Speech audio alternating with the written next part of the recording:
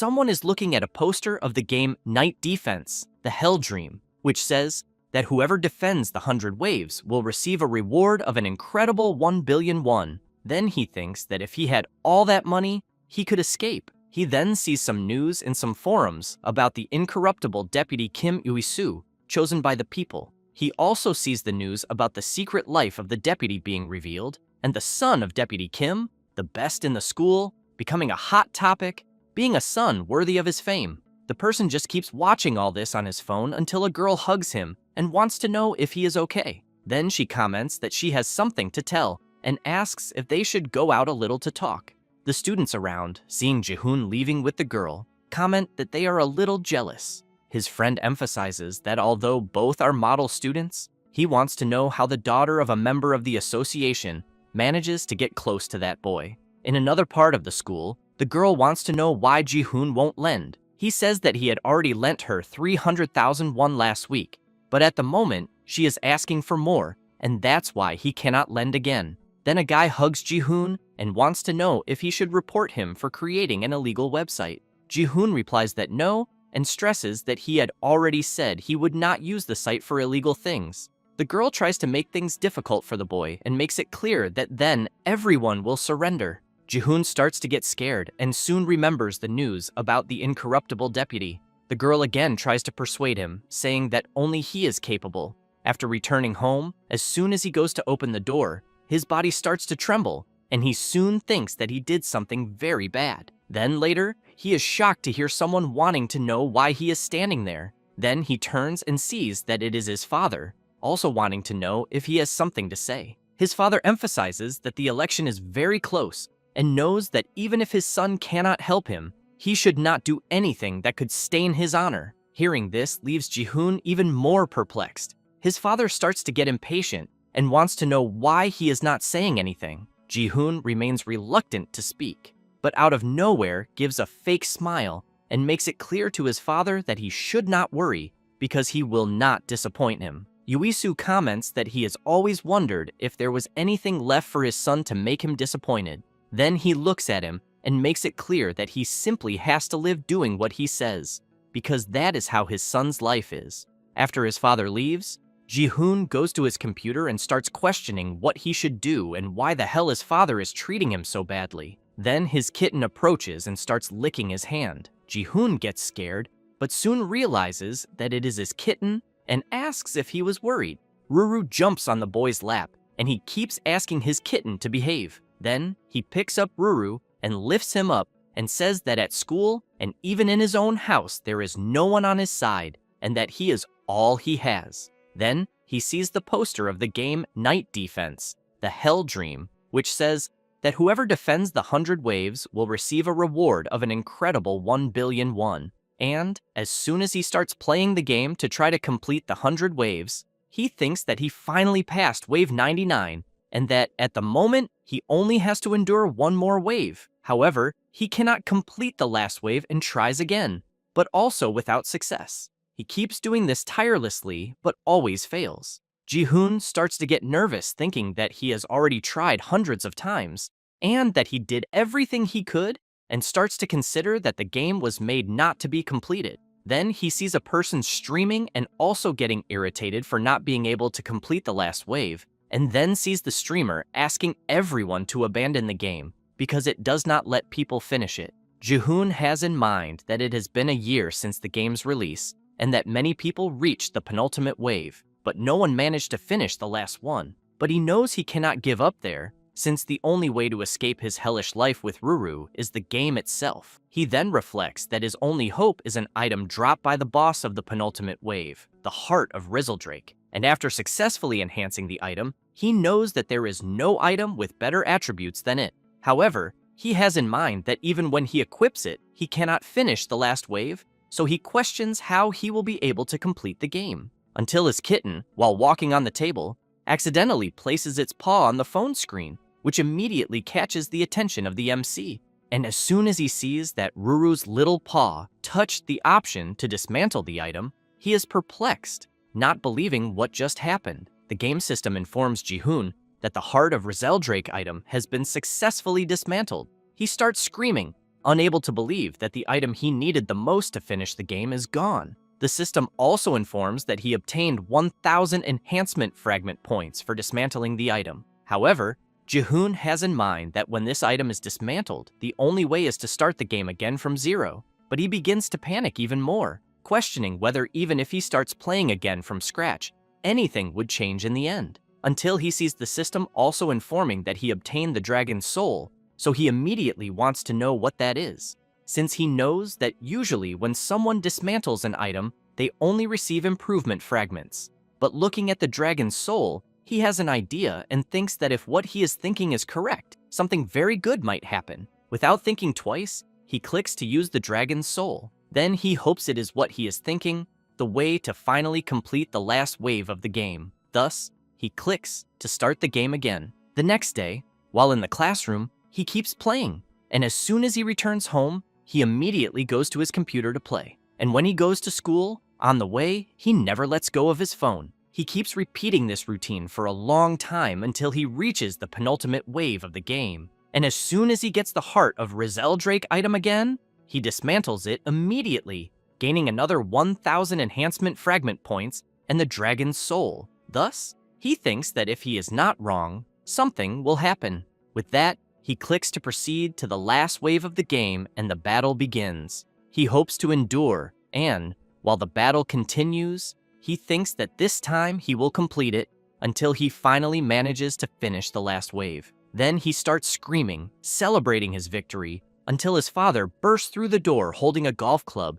and asks what he achieved. The MC gets scared and places the phone on the table, but his father says that he received a call from those friends of his son, and that they dared to demand money using his son's trivial mistake as leverage. Jihoon tries to explain, saying that he did not know that what he did would be used against his father. Uisu makes it clear that he had already warned him not to do anything that would stain his honor, and as soon as he approaches Jihoon, he starts screaming desperately, apologizing to his father. Then, he makes it clear that he will ensure this never happens again, but his father does not care. And while he watches his father breaking his phone, he thinks that he is weak and that he cannot do anything against his own father. As soon as he finishes breaking everything, Uisu makes it clear to his son that he is a disgrace who has never done anything. Jihoon only wants to know where his cat Ruru is. His father emphasizes that his son no longer needs those things.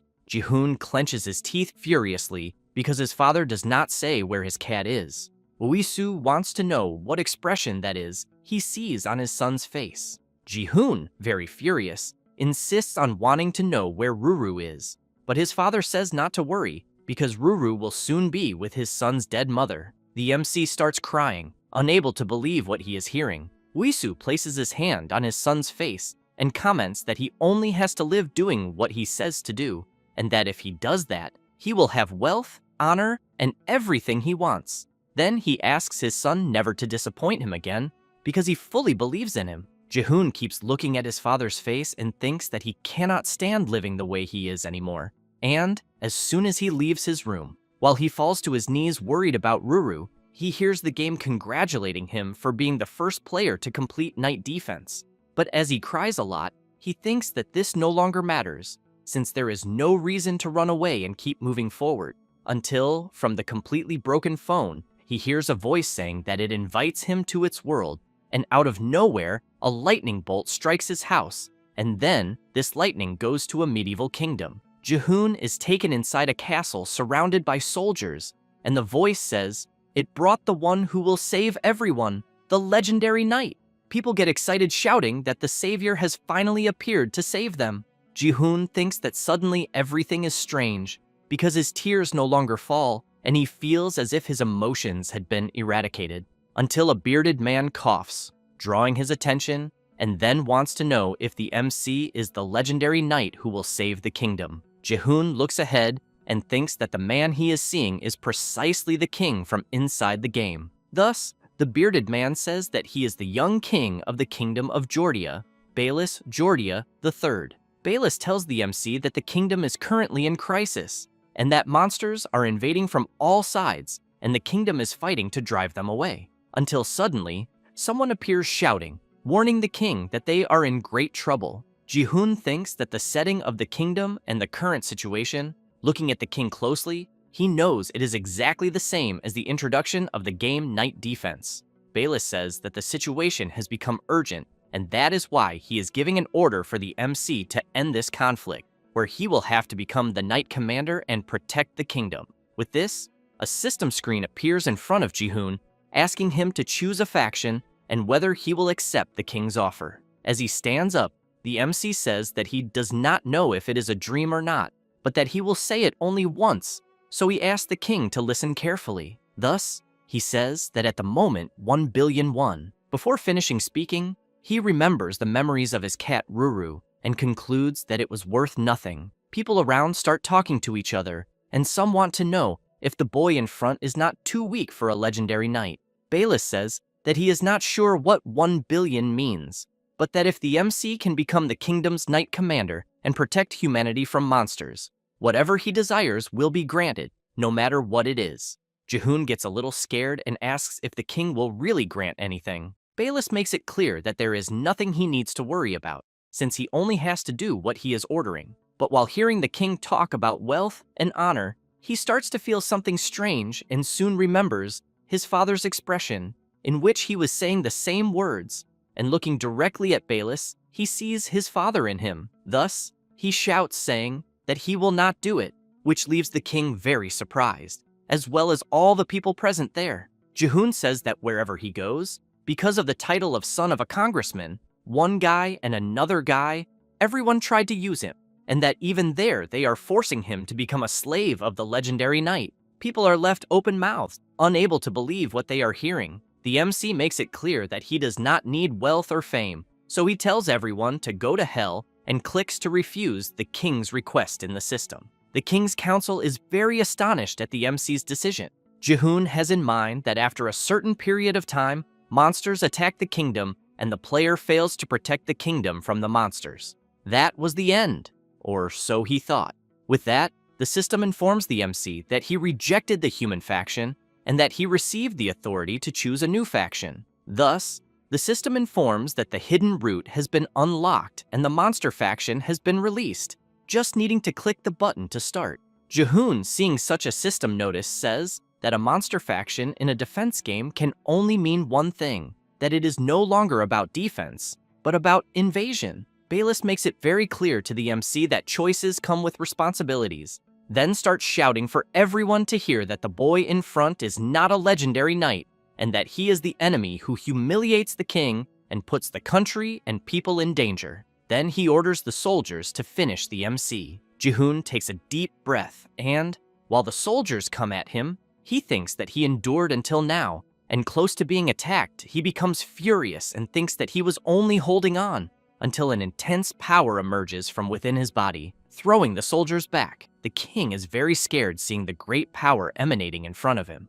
With that, the system informs the MC that the faction selection has been completed, and that from this moment he will surpass human abilities, will also cause hostility in humans, and monsters will show interest in him, and he will be able to check the abilities of monsters, and his rage will affect others. Then the system informs that the final objective of the monster faction is to completely destroy the kingdom and the human faction. Ji-hoon has in mind that from that moment on, it is his turn to attack, and outside the wall, a wave of monsters is waiting for the signal to attack. Thus, the system also informs that the reward given to the player upon reaching the final objective is to take one of the items that exists there. Ji-hoon has in mind that if he gets an item that exists there in the game, he might return to the original world. So he starts to remember his mother saying that she wanted her son to become friends with her kitten. And then Ji-hoon concludes that he thinks he might return to that time. Still surrounded by the kingdom's soldiers,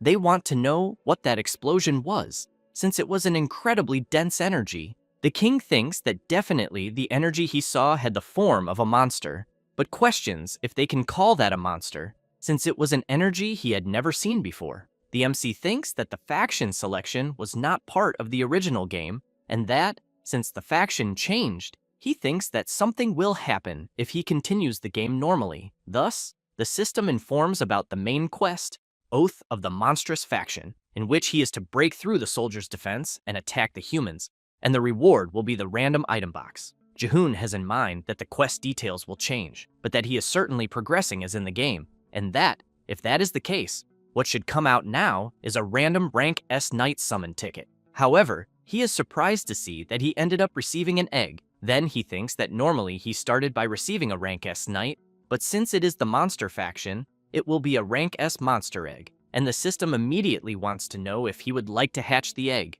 As soon as he accepts, an explosion happens, and from the middle of the dust, a dragon wing begins to appear. The soldiers are worried, as they know that something was summoned.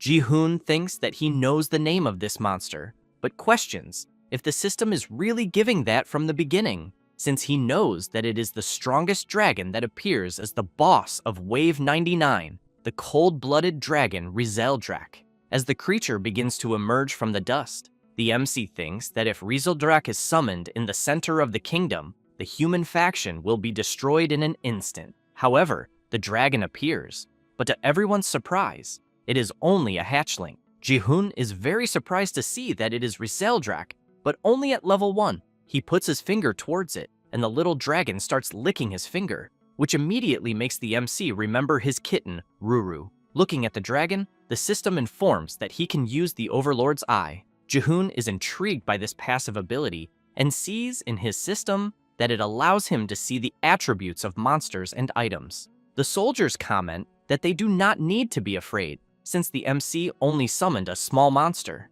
Thus, they charge at the MC. Jihoon thinks that whether this is a dream or not, it does not matter. Then he turns with his Overlord's Eye activated, aims at his dragon, and thinks that the only thing he can trust now is him. And as soon as he sees the level 1 Dragon Breath ability, he shouts asking Rizeldrak to attack. The soldiers prepare to strike and Jihoon is very scared, thinking that there will not be enough time. But the little dragon activates its Dragon Breath technique and fires straight at the soldiers, and a powerful attack comes out, destroying everything in its path. Being seen even outside the kingdom, the people in the village cannot believe the debris falling from the castle. Jihoon watches the destruction that the mere level 1 ability caused and is very impressed, just like the other people around him. It doesn't take long for people to start commenting that the MC summoned a demon. Jihoon smiles and thinks that apparently it was easier than he thought, and questions if simply conquering the castle will make them give him the item he needs,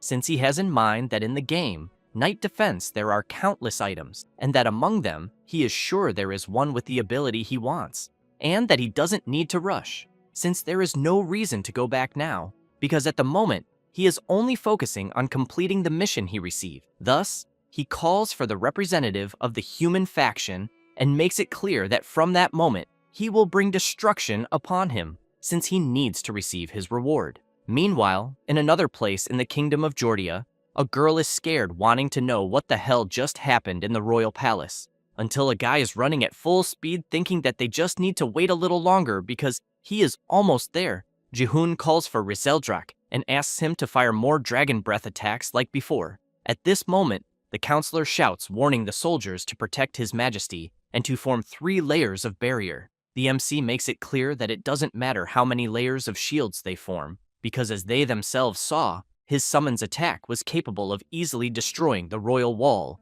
And while Rizeldrak prepares his attack again, the MC points forward and says that the target will be the king. Meanwhile, the guy who was running through the palace shouts, warning His Majesty that he is almost there. The counselor shouts, ordering the soldiers to resist the attack at all costs.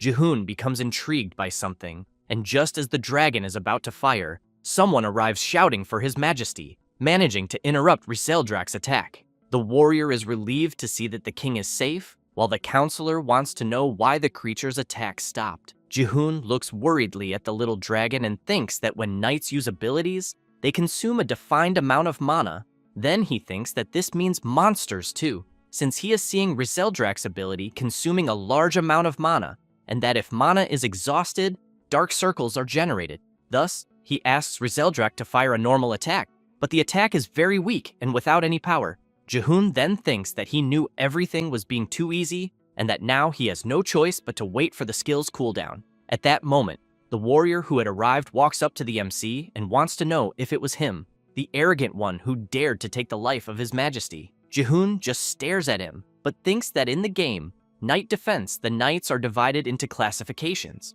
which are apprentice, low rank, mid rank, high rank, and elite. And seeing the man in front of him, he has in mind that among them, this man is one of the 12 called elite zodiac knights, rank S, the Aries Knight. The counselor shouts, saying that finally, the strongest knight of the kingdom has arrived, who in turn also shouts, wanting to know if his majesty is well. The MC starts to get worried, thinking that this is really bad. Bayless comments that war is imminent, and then asks Aries to quickly eliminate the enemy who invaded the palace. Without thinking twice, the knight begins to release a powerful power from his spear. Jihoon becomes even more worried and starts questioning what he can do, since out of nowhere, a rank S knight appeared. He also knows that among the 12 rank S knights, Aries has an ability that covers a huge area from the start. The knight, while preparing his powerful attack, makes it clear to the MC that he will be eliminated in an instant. Thus, he uses his Flame Wall ability, which quickly goes toward the MC, who becomes very worried seeing the attack coming his way. Thus, a huge explosion happens in the palace, which can be seen from outside. The people caught in the attack start screaming in pain as their bodies are burned. Jihoon managed to escape the reach of the attack by jumping to the side, since he has in mind that Aries' Flame Wall ability is in a straight line, and as he knew he was the target from the beginning, he only had to jump to the side with his dragon. But he thinks that clearly the knight doesn't care about what happens to the others. Aries comments that the MC dodges like a rat, but soon makes it clear that he will make a nice burning hole in his heart. Jihoon has in mind that the knight's ability is currently on cooldown for now, so he thinks that means there is at least a chance.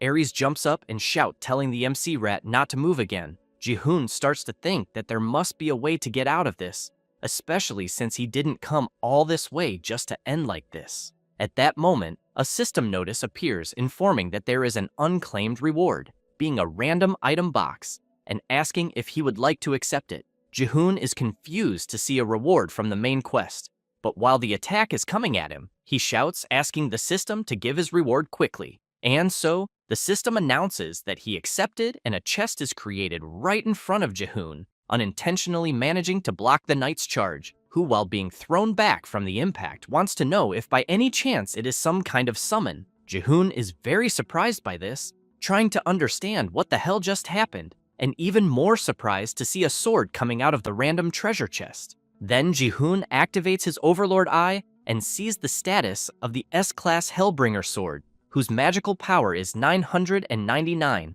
but the enhancement of additional attributes is unavailable. It is a sword that brings destruction and chaos, and that one day will bring hell. Jihoon is intrigued, questioning how he was so lucky to get an S-Class item in the first random box. Then, he thinks he has no idea who summoned him there, but judging by the drop he received, he believes that with this level of power, they want him to annihilate the human faction.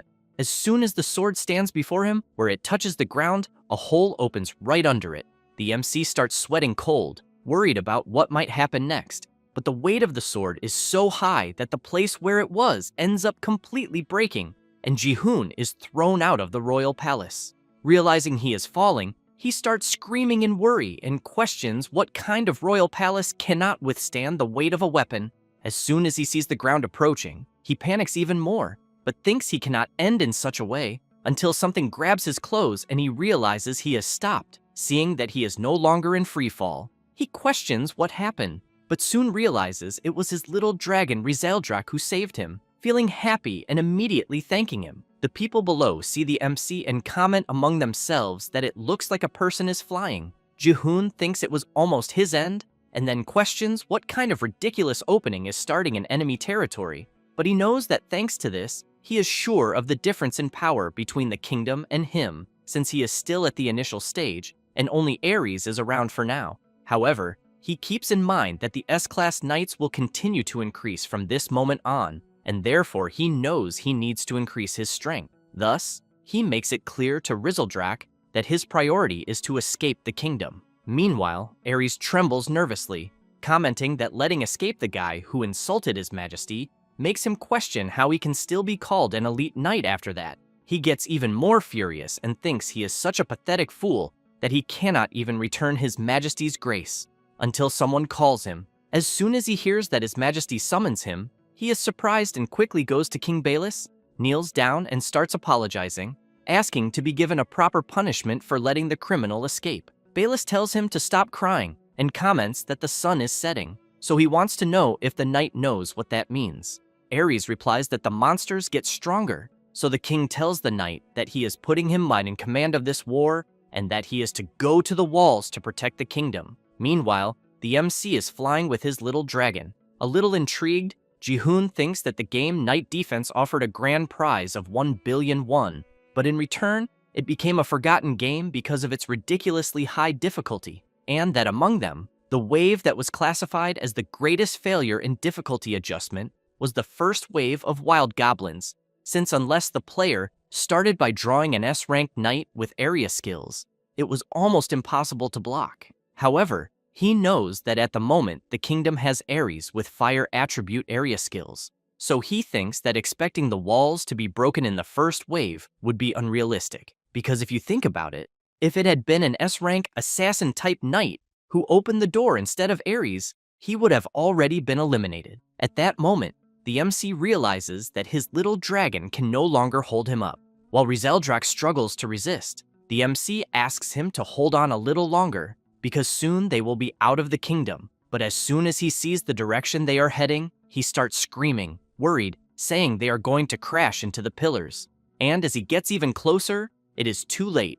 They end up crashing into it and fall hard to the ground. Jihoon complains of back pain, but thinks that seeing how well he is after crashing into the wall, it actually turned out well in the end. Then he stands up and, while questioning if his body is really that of a normal person, he sees a pair of boots at his side, and, as he puts them on, someone appears saying that they do not recognize the clothes of the MC and immediately wants to know who he is. Jihoon is instantly in shock, since he is seeing another S-rank knight in front of him and questions why the hell this is happening so often. This is Lib, a sacred S-rank knight, who immediately asks the MC to identify himself. Jihoon becomes serious and thinks that the reason he was able to stop wave number 100, which no one else managed to stop, is that Lib, being S-rank, was less efficient in wall defense than B-rank knights, so she was only used for dungeon farming or adventures, being also the abandoned knight. Jihoon also has in mind that with the dragon's soul and her in the last wave, they were crucial for his victory. Lib points her sword at the MC and asks again for him to identify himself. Jihoon calls out to the knight, and she wants to know where he knows her from. He replies that he knows her well, and that he repeated hundreds of failures before he could accurately assess her value. She becomes confused and asks him to explain himself immediately. Jihoon thinks that she was definitely the key to his strategy, but now that the factions have changed, she is the obstacle he must eliminate first. Meanwhile, near the kingdom's walls, the goblins are furious. The archers shout warnings that the creatures will move. It doesn't take long before the goblin army charges at the humans. The archers fire their arrows, hitting several creatures. Then they start throwing stones at the goblins trying to climb the wall. However, the number of goblins is enormous, and one of the soldiers becomes worried and comments that at the pace they are going, he thinks they won't be able to hold out for long, so he wants to know where the commander is, until an archer appears saying that Lord Ares is on his way, which makes the soldier more relieved, and he immediately asks everyone to hold firm on the front lines because they need to resist until the commander arrives. Meanwhile, Lib insists on wanting to know who the MC is and where he came from. Then she stresses that they are currently at war, and that if he doesn't answer, she may have to make her own judgment. Jihoon thinks that he needs to eliminate her immediately to avoid his worst variable, but he knows that would be impossible, because in close combat, no S-rank knight could defeat her. Therefore, he concludes that for now, it is better to retreat. So he laughs and says that in fact, he is just a common citizen from District 1 and that he wanted to help in the war, but ended up getting lost. Suddenly, Rizeldrak comes out of the rubble screaming. Lib is startled, wanting to know if it is a monster, and as soon as she puts her sword to the neck of the MC, she also wants to know why there is a monster inside the kingdom walls. Jihoon starts sweating cold and questions why his little pet had to appear at such a time. Then, he starts observing her, and thinks that he is being suspected of being an accomplice, and that when that happens, he knows there will be no turning back. so he begins to consider mounting Rizeldrak and flying up once more, because he knows Lib has no long-range attacks, and the chances of winning could be good, but he quickly changes his mind and thinks there is no way to win, because even before he can take off, she will surely stop him, until Lib comments that she understands the situation and that she ended up misunderstanding. Jihoon is confused and wants to know why she is chasing him. The Sacred Knight says that he is an innocent citizen who was being chased by the monster that attacked the palace, and that now he can relax because she will protect him. Saying this while looking at Rizeldrak, who only tilts his head to the side trying to understand the situation. Lib hesitates seeing the beautiful little creature in front of her, and as soon as the little dragon makes an even cuter face, she begins to tremble all over, unable to go forward. With this, Jihoon realizes her true personality, until from the top of the wall, a huge explosion occurs. And while the Sacred Knight is distracted, wanting to know what is happening, Jihoon signals his little dragon to get out of there quickly. Thus, Rizeldrak flies away with the MC. Lib turns, wanting to know if the explosion was caused by the soldier's mistake, but ends up realizing that the MC disappeared, until one of the soldiers comes to her calling and tells her that the gate is being attacked. The soldiers nearby become worried, expecting the worst. The gate keeps receiving several attacks, and it doesn't take long before cracks start to appear on it. Then Lib shows up and asks everyone to drop their bows and prepare for close combat. The archers on top of the wall try at all costs to eliminate the monsters approaching the gate, but a huge ogre comes charging to attack and the gate is brutally struck. The guards start trembling even more as they hear a terrible noise. It doesn't take long for the huge ogre to manage to break part of the gate. Lib shouts, ordering everyone to get ready to attack. As soon as the huge ogre finally manages to break the gate, the other goblins begin to enter through it. However, Ares is approaching, saying that he, the commander, has not even arrived yet. This draws Lib's attention. Furious, he wants to know how the gate was broken. Without a second thought, he unleashes his flame wall ability, and the goblins begin to be scorched by the infernal flames. Ares tells them to dance until his mood improved. Meanwhile, from the top of a mountain, Jihoon is watching the battle and thinks that with Ares' arrival, the tide of battle has changed. Then he thinks that he is the only player who stopped the last wave, but this time it is the opposite. With that, the system warns that the final objective of the monster faction is to destroy the human faction. Jihoon begins to question whether he will really have to destroy them in 100 waves. Then, while petting his dragon, he thinks that if he could go back to that time, he knows it would not be impossible. At that moment, Rizeldrak notices that it is raining, and while playing with the raindrops, Jihoon thinks that the human faction just needs to wait until he returns there again. Meanwhile, on the battlefield, the soldiers are celebrating that they managed to withstand the attack, while Lib is intrigued, wanting to know if it was really the last attack. Jihoon thinks that it started back in the kingdom, but that at the moment, he is in the forest between the monster faction. He keeps in mind that this path did not exist in Night Defense, since he restarted the game hundreds of times just to survive all 100 waves, and that thanks to that, he knows the kingdom's battle tactics like the palm of his hand. But he knows this is no longer the kingdom, and that from now on, he will start with nothing, until he remembers something important, calls for Rizeldrak, sees him flying towards something and is surprised, since he is seeing some ants carrying something. However, one of them drops what it was carrying on the ground when it sees a huge shadow and becomes very scared.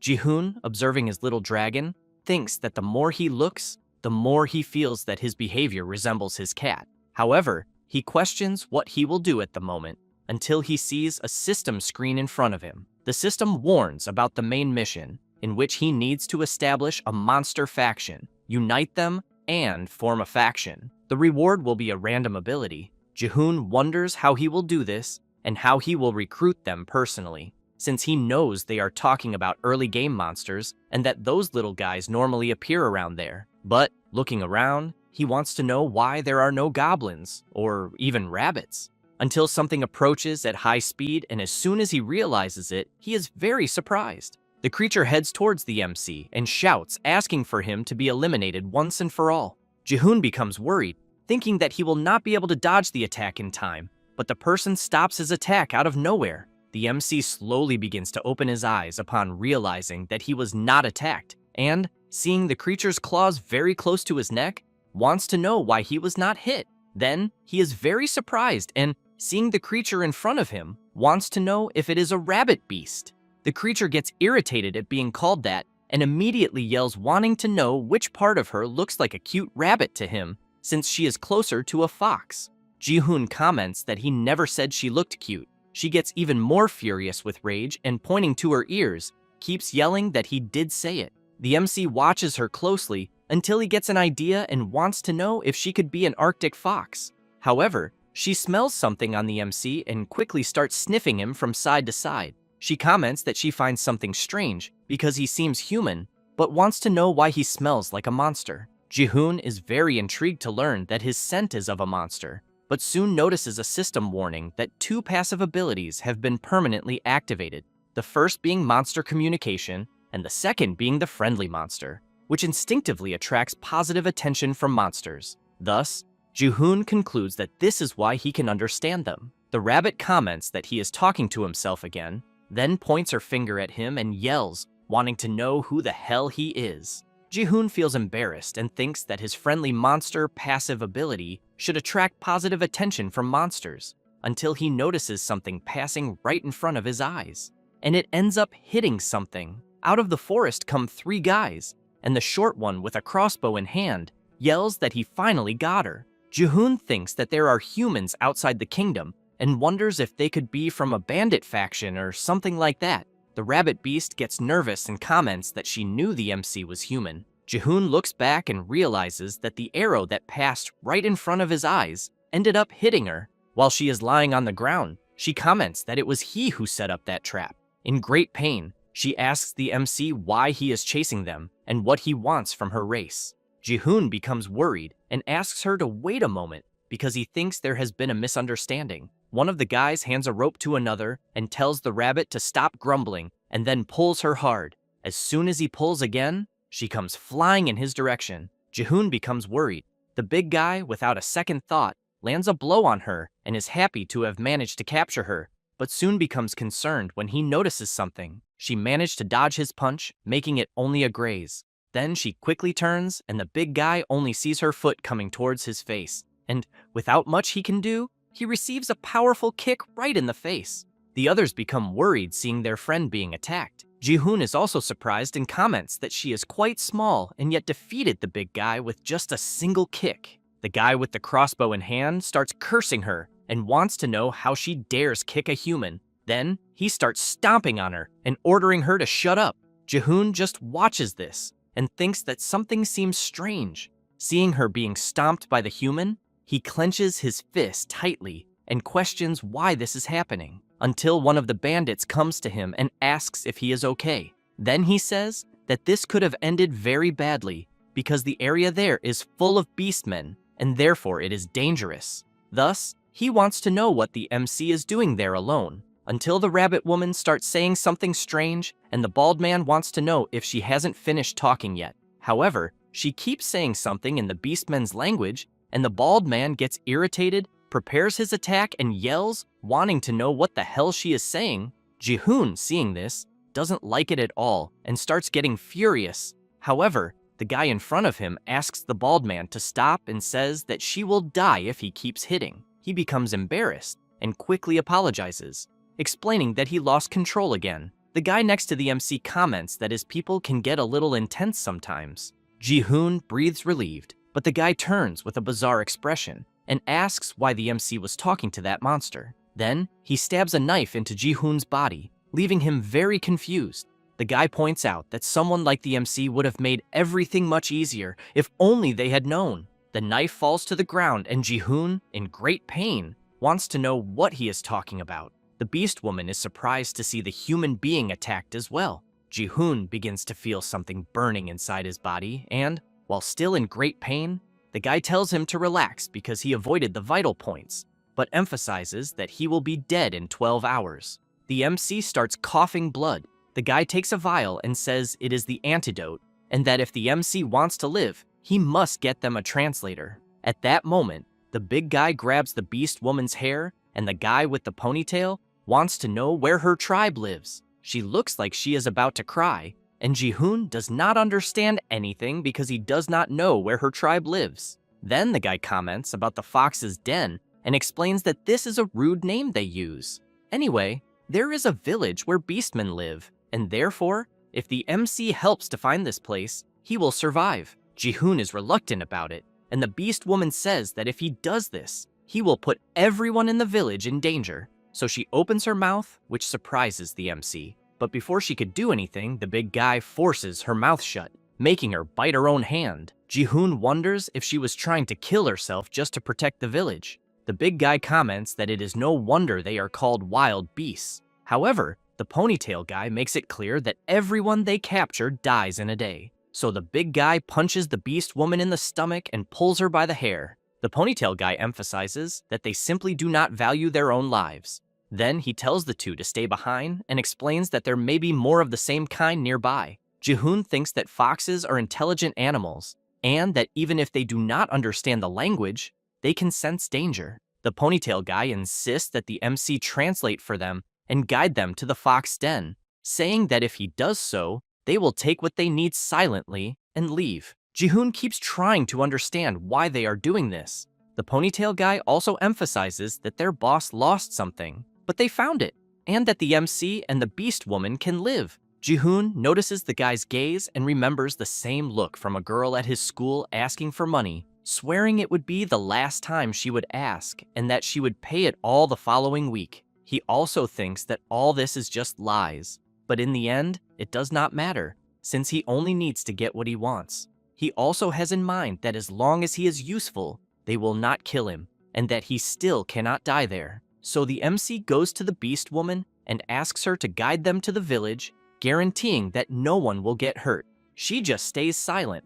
The big guy, upon seeing the MC talking to her, wants to know if the boy is really speaking the beastmen's language. She tells the MC that if he feels different from other humans, maybe they are being too careful with them. Then she says that there are more than 100 beastmen living in her village, and therefore wants to know if she can trust the MC's words. He is surprised by her attitude, but comments that he is not on the side of humanity. He also emphasizes that the people there are truly evil. He says this, and is soon surprised, since he sees Rizeldrak right behind the ponytail guy. And while the guy wants to know why the MC stopped translating, the little dragon prepares his powerful roar. Jihoon tries to stall the guy to buy time. Rizeldrak continues channeling his attack, and Jihoon, apprehensive and wondering if it will work, tries to say something. The ponytail guy realizes that something strange is happening, as the MC's behavior suddenly changed, until the short, bald man notices the little dragon preparing to attack his boss,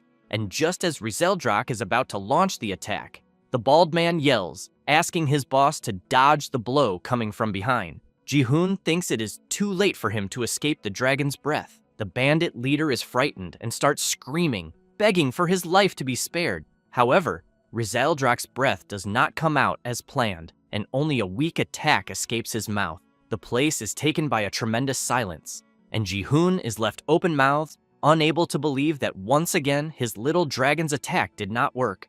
Just like the other bandits, and even Rizeldrak himself, Jihoon comments that apparently the cooldown time was still not enough. The bandits look at where the attack landed, and the big guy comments that the grass melted, and that even though it was not a full-power attack, if it had hit his head, it could have been really serious. The bandit leader grabs a club and, furious, charges at the little dragon, shouting that he has not even gotten married yet. The MC cannot believe what he is seeing, since Rizeldrak was attacked, thrown far away, and instantly completely knocked out. The bandit leader turns nervously and asks the MC how that insignificant little dragon dares to try to make a hole in his precious head. The bald man comments to his boss that they have never seen such a monster and wants to know what they will do, since he thinks they can get a good price if they take the creature to sell. However, Jihoon is shocked to hear the bandit leader reply to the bald man that he does not need that. Then he tells his two henchmen to keep an eye on the boy and the beast woman,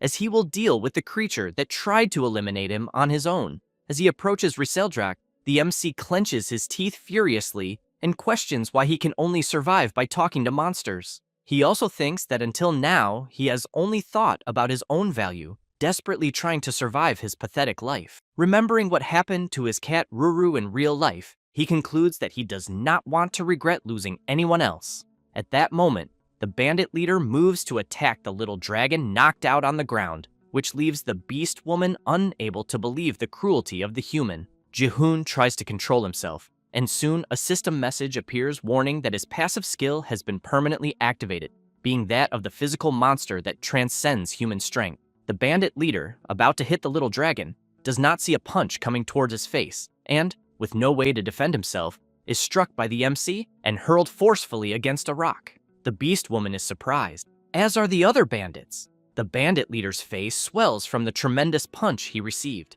Jihoon takes a deep breath, and the bandits run to their boss, worried. Meanwhile, the beast woman observes the MC and thinks that he was dying because of a poisoned blade, so she questions how he is moving so easily. Then something catches her attention, and she sees the human picking up his little dragon in his arms.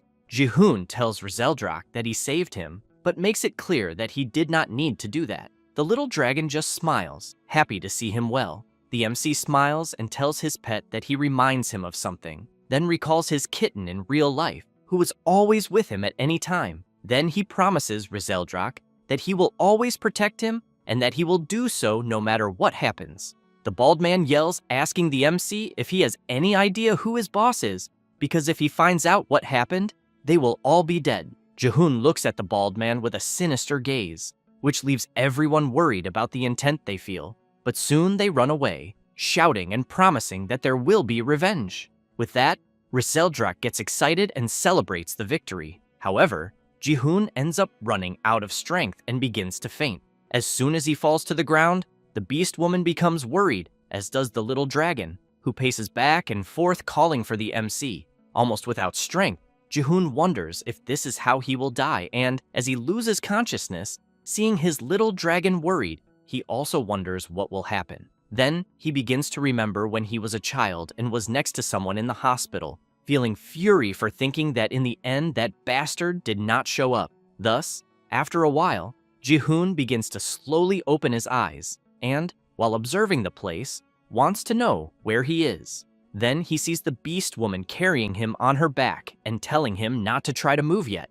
With that, they keep walking through a cave, and as soon as they come out, some people start shouting that Rhea has returned and that she even brought a human with her. Several ears perk up, commenting that the MC really seems to be a human, but while observing from the outside, some comment that something seems strange, and others say that for some reason they find him attractive. Then they bring up the subject of the poison, because they think it should already have been neutralized, so they want to know when the MC will wake up. Jihoon starts thinking that he is already awake, but with everyone looking at him like that, he cannot get up. Then Rhea arrives clapping her hands and calling everyone's attention, asking them to give the MC some space. She also emphasizes that the guest will not be able to rest comfortably if everyone is making noise. One of the people wants to know if the human really saved her, and Rhea replies that she will answer questions later. Jihoon recognizes the voice he is hearing from outside. Rhea goes to him and says that she knows he is awake. Then she comments that he will have to forgive them, but emphasizes that even though he looks like a human, it is the first time they see a human who does not smell like one. Jihoon comments that, with her speaking that way, his identity ends up becoming a little confusing. Then he realizes that, thinking about it, the effects of the poison seem to have dissipated. Rhea says that fortunately, they had an antidote in the village. Jihoon is intrigued and asks how so, but soon remembers when she had said that if he brought the bandits to the village, everything would be over. Then the MC wants to know why she brought him there. Rhea replies that she had already said, because he is a human, but he does not smell like one. Jihoon wants to know if that really is the only reason. She becomes thoughtful, but soon remembers when and how the MC cared about the little dragon. Jihoon then comments that being brought to the village and even receiving an antidote, he thinks that is the effect of a friendly monster. Rhea becomes furious and shouts, wanting to know what the hell he's talking about, because he is being irritating even after she saved him. At that moment, Rizeldrak begins to wake up, and as soon as he looks ahead, he is happy to see everyone well. Rhea, while trying to argue with the MC, makes it clear that he tried to save her, and that therefore she thinks they are even. Then Jihoon hears a noise and turns to see what it is, becoming surprised to see Rizeldrak rushing toward him. While the two show affection for each other, the beast woman just watches. Then she comments that, thinking about it, they still do not even know each other's names, and that, since fate brought them together, they should at least introduce themselves. As soon as she is about to say her name, someone calls out shouting and saying that the village chief is looking for her and that he had also said for Rhea to bring the human guest along. After leaving the house, Jihoon is quite impressed with the Beastmen's village. Rhea says that it is a village built by beast rabbits, but at the moment, the beast people who lost their own villages gathered there, and everyone has lived together since then. While walking through the village, some residents want to know how Rhea's leg is. She replies that it is fine, and thanks them for worrying. Then a big guy appears, calls out to Rhea, and says he heard that she went to the forest where the humans passed again. She confirms, but emphasizes that she will be more careful from now on. While Jihoon is impressed with the size of the beastmen, he just watches the human from afar. The MC then comments that apparently it seems that everyone in the village really cares about Rhea. A little disappointed, she replies that yes. Jihoon notices this and wants to know what happened, since he noticed that she seems distracted for some time. She replies that he had to ask that, then suddenly turns and shouts calling him, which leaves him a little surprised. Then she wants to know if his name is E. She waits for the MC's answer, who in turn replies that his name is Jihoon, and, a little embarrassed, emphasizes that he thinks this name is quite unusual there. She says that her name is Rhea Rindrian Perditi Ceciliad, which leaves the MC confused. She turns and explains that this is her name, and a rabbit asks if her leg is already better. Rhea crouches down and says that she treated it earlier, and that now it is all fine, but wants to know where the tunnel she made connects. Jihoon, seeing this, thinks that Rhea seems to have suddenly cheered up, and therefore thinks that she just wanted to say her own name. Then he looks ahead and, observing around, thinks about the main mission in which he will have to unite the monsters and build a faction. Then Rhea calls him and comments that she had already said they need to see the village chief. Jihoon thinks that if she is going to keep calling him Ae, he wants to know why she asked his name after all. Then he runs after her, thinking about his main mission and questioning if he will really be able to do it. After arriving where the village chief is, he makes it clear that from that moment on, he leaves the village in the hands of the MC, which leaves both him and Rhea in disbelief. While the old man leaves saying that he is too old for this, Jihoon makes it clear that he knows nothing about the village, and Rhea agrees, but emphasizes that the old man cannot trust the MC because of a dream, since he just arrived there, and it makes no sense at all. The old man makes it clear that his decision is already made. Rhea runs after the village chief, asking him to reconsider because she will not accept this. Jihoon just stays still, thinking about the events, then remembers the conversation he had with the old man as soon as they arrived to see him, when he said that he often had peculiar dreams and that those dreams always became reality, and that in one of those dreams, the one who will save the village is only the human who is there. Jihoon then remembers the system warning notifying about the main mission, in which he has to build a faction of monsters and unite them. Then he questions if leading the village is related to the main mission, but most importantly, that what the old man said about saving the village means that something is going to happen. Thus, he remembers the ponytail guy he faced in the forest, saying that his boss lost something, and then he becomes worried. He calls for Rhea and asks if she was not followed when she brought him to the village. She says that Warren is a village hidden behind a rocky mountain, and that it has never been discovered by anyone until now,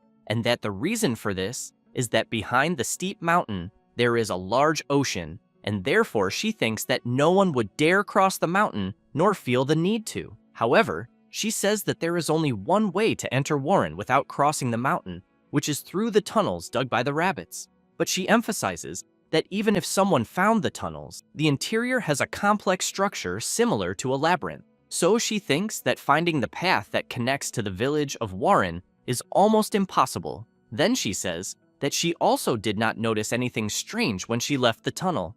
Jihoon replies that this is a relief, but thinks about the feeling of unease he is having. Meanwhile, inside the cave, there are several traces of blood that fell from Rhea's leg while crossing the path, and someone ended up following the trail, and arriving at the village of Warren, it does not take long for someone to start shouting that there is a human who infiltrated there. Jihoon and Rhea turn around startled, but soon the bald man from before is captured, and the huge beast starts shouting something in his language. The bald man is frightened, wanting to know what the hell the big guy is saying. Jihoon and Rhea approach, and the MC immediately wants to know if the bald man tracked him there, but the big guy makes it clear that he followed the trail of Rhea's wounds, which leaves her perplexed, wanting to know if she is being pursued after all, since she was sure she remained vigilant on the way back. Then, she apologizes to everyone and makes it clear that it is her fault, but the bullman replies that it is not her fault and that she does not need to keep blaming herself, because carrying a human there with the injuries she had on her leg must have been difficult to keep secret. But he emphasizes that now that they have captured the intruder, they just need to erase the blood trail on the path, and there will be no more problems. The villagers tell Rhea to be at peace because they know it is not her fault. However, Jihoon asks everyone to wait a moment and says that there were 3 bandits, so he wants to know where the other 2 are. At that moment, the bald man shouts, calling everyone there scum, and makes it clear that soon the whole place will be in flames. And with a bizarre smile, he emphasizes that they are part of a group of bandits that even the kingdom gave up on, in addition to having the one and only Screaming All as their chief, and that he will arrive there at any minute, leading more than 200 bandits. Jihoon is confused about this Screaming All. At that moment, outside the village of Warren, but near the tunnel entrance, the ponytail guy and another big guy are about to enter, until the ponytail guy, a little reluctant to say it, shouts, calling his boss, and says that his brother was caught and he wants him back. The boss takes a deep breath, but remains silent. The ponytail guy, with his face all busted, shouts, saying that he found the fox den they use to get in and out, and that he will lead the way. The boss smiles and says that it is fine, and that they will be heading to the den right now. His henchman is happy with his boss's decision. Meanwhile, the captured bald man is telling that he was not the only one who got there, and that all of this was part of his boss's plan. Then, he starts telling about some moments before, when they were running through the forest, and the guy on top of the big one was shouting, asking to stop. So he looked to the side and saw the beast girl approaching the fallen human, and concluded that that was the moment for them to take advantage of a chance.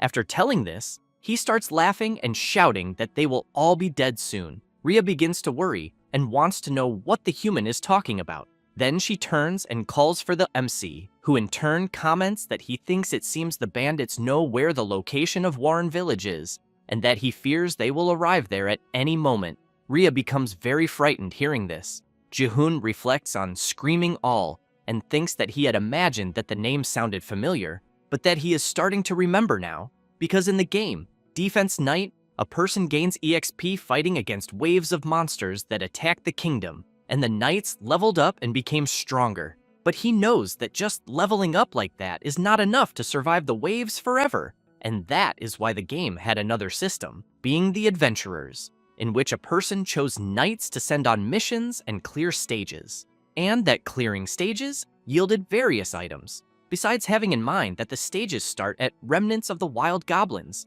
and extend up to the Demon King's fortress, being a total of 100 stages. Jihoon thinks that he does not remember the name of all the stages, but that he vaguely remembers the final part, from stage 1 to 100, being a village hidden behind a rocky mountain. But if he thinks about it again, he knows that each stage had a story behind it, and that in the stage of the Screaming All hideout, the story is that they were a brutal gang led by the notorious bandit Screaming All. However, he has in mind that he does not know if he read all the backstories, but he knows that one thing is certain, which is that there was no stage called Warren, because according to the story of the game, the place there would be destroyed.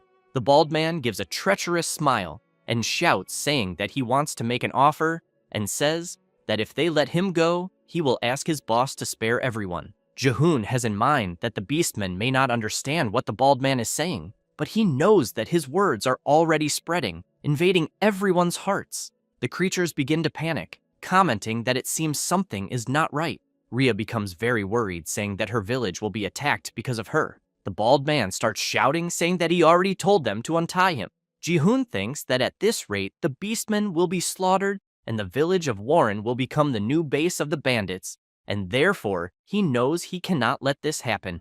And while the bald man keeps shouting, wanting to know if everyone wants to be eliminated, Ji-hoon approaches him, thinking that Warren will become the center of his monster faction. Then he clenches his fist with great strength and lands a punch in the middle of the bald man's face, throwing him hard to the ground, who in turn screams in pain. The bull warrior and the other villagers cannot believe what they just saw, as well as Rhea herself. Ji-hoon tells the bald man to shut up because he is tired of hearing him spew venom. Then he becomes serious and calls everyone to fight, because they will protect Warren no matter what happens, which leaves Rhea very surprised with the human's attitude. After going to talk to the bullman, he comments that it is something impossible and asks the MC to look around, because they built the village hidden behind the Rocky Mountains, because they are all weak, and that most there are women and children, people who have never fought a real battle in their lives, much less would face a gang of armed bandits.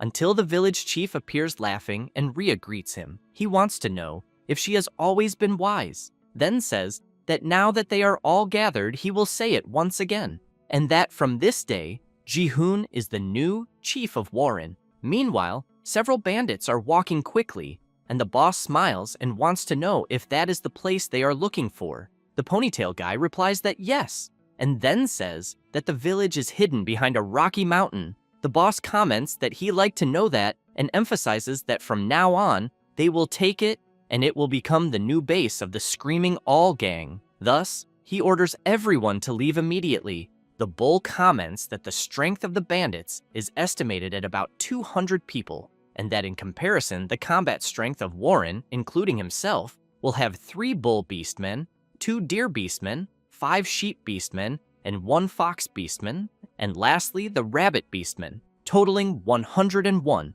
and that the total overall is 112. Thus, he wants to know if they will have any chance. Ji-hoon keeps thinking about something and comments that they are against double the number they have, but thinks that he knows this is not just a normal battle, because in games, what really matters are not the numbers, but the individual attributes, ranking, and level. He also knows that Rhea may have been ambushed, but she still knocked out a bandit with a single blow. However, he knows that 3 against 1 would be difficult, but that 2 against 1 he thinks she could have won.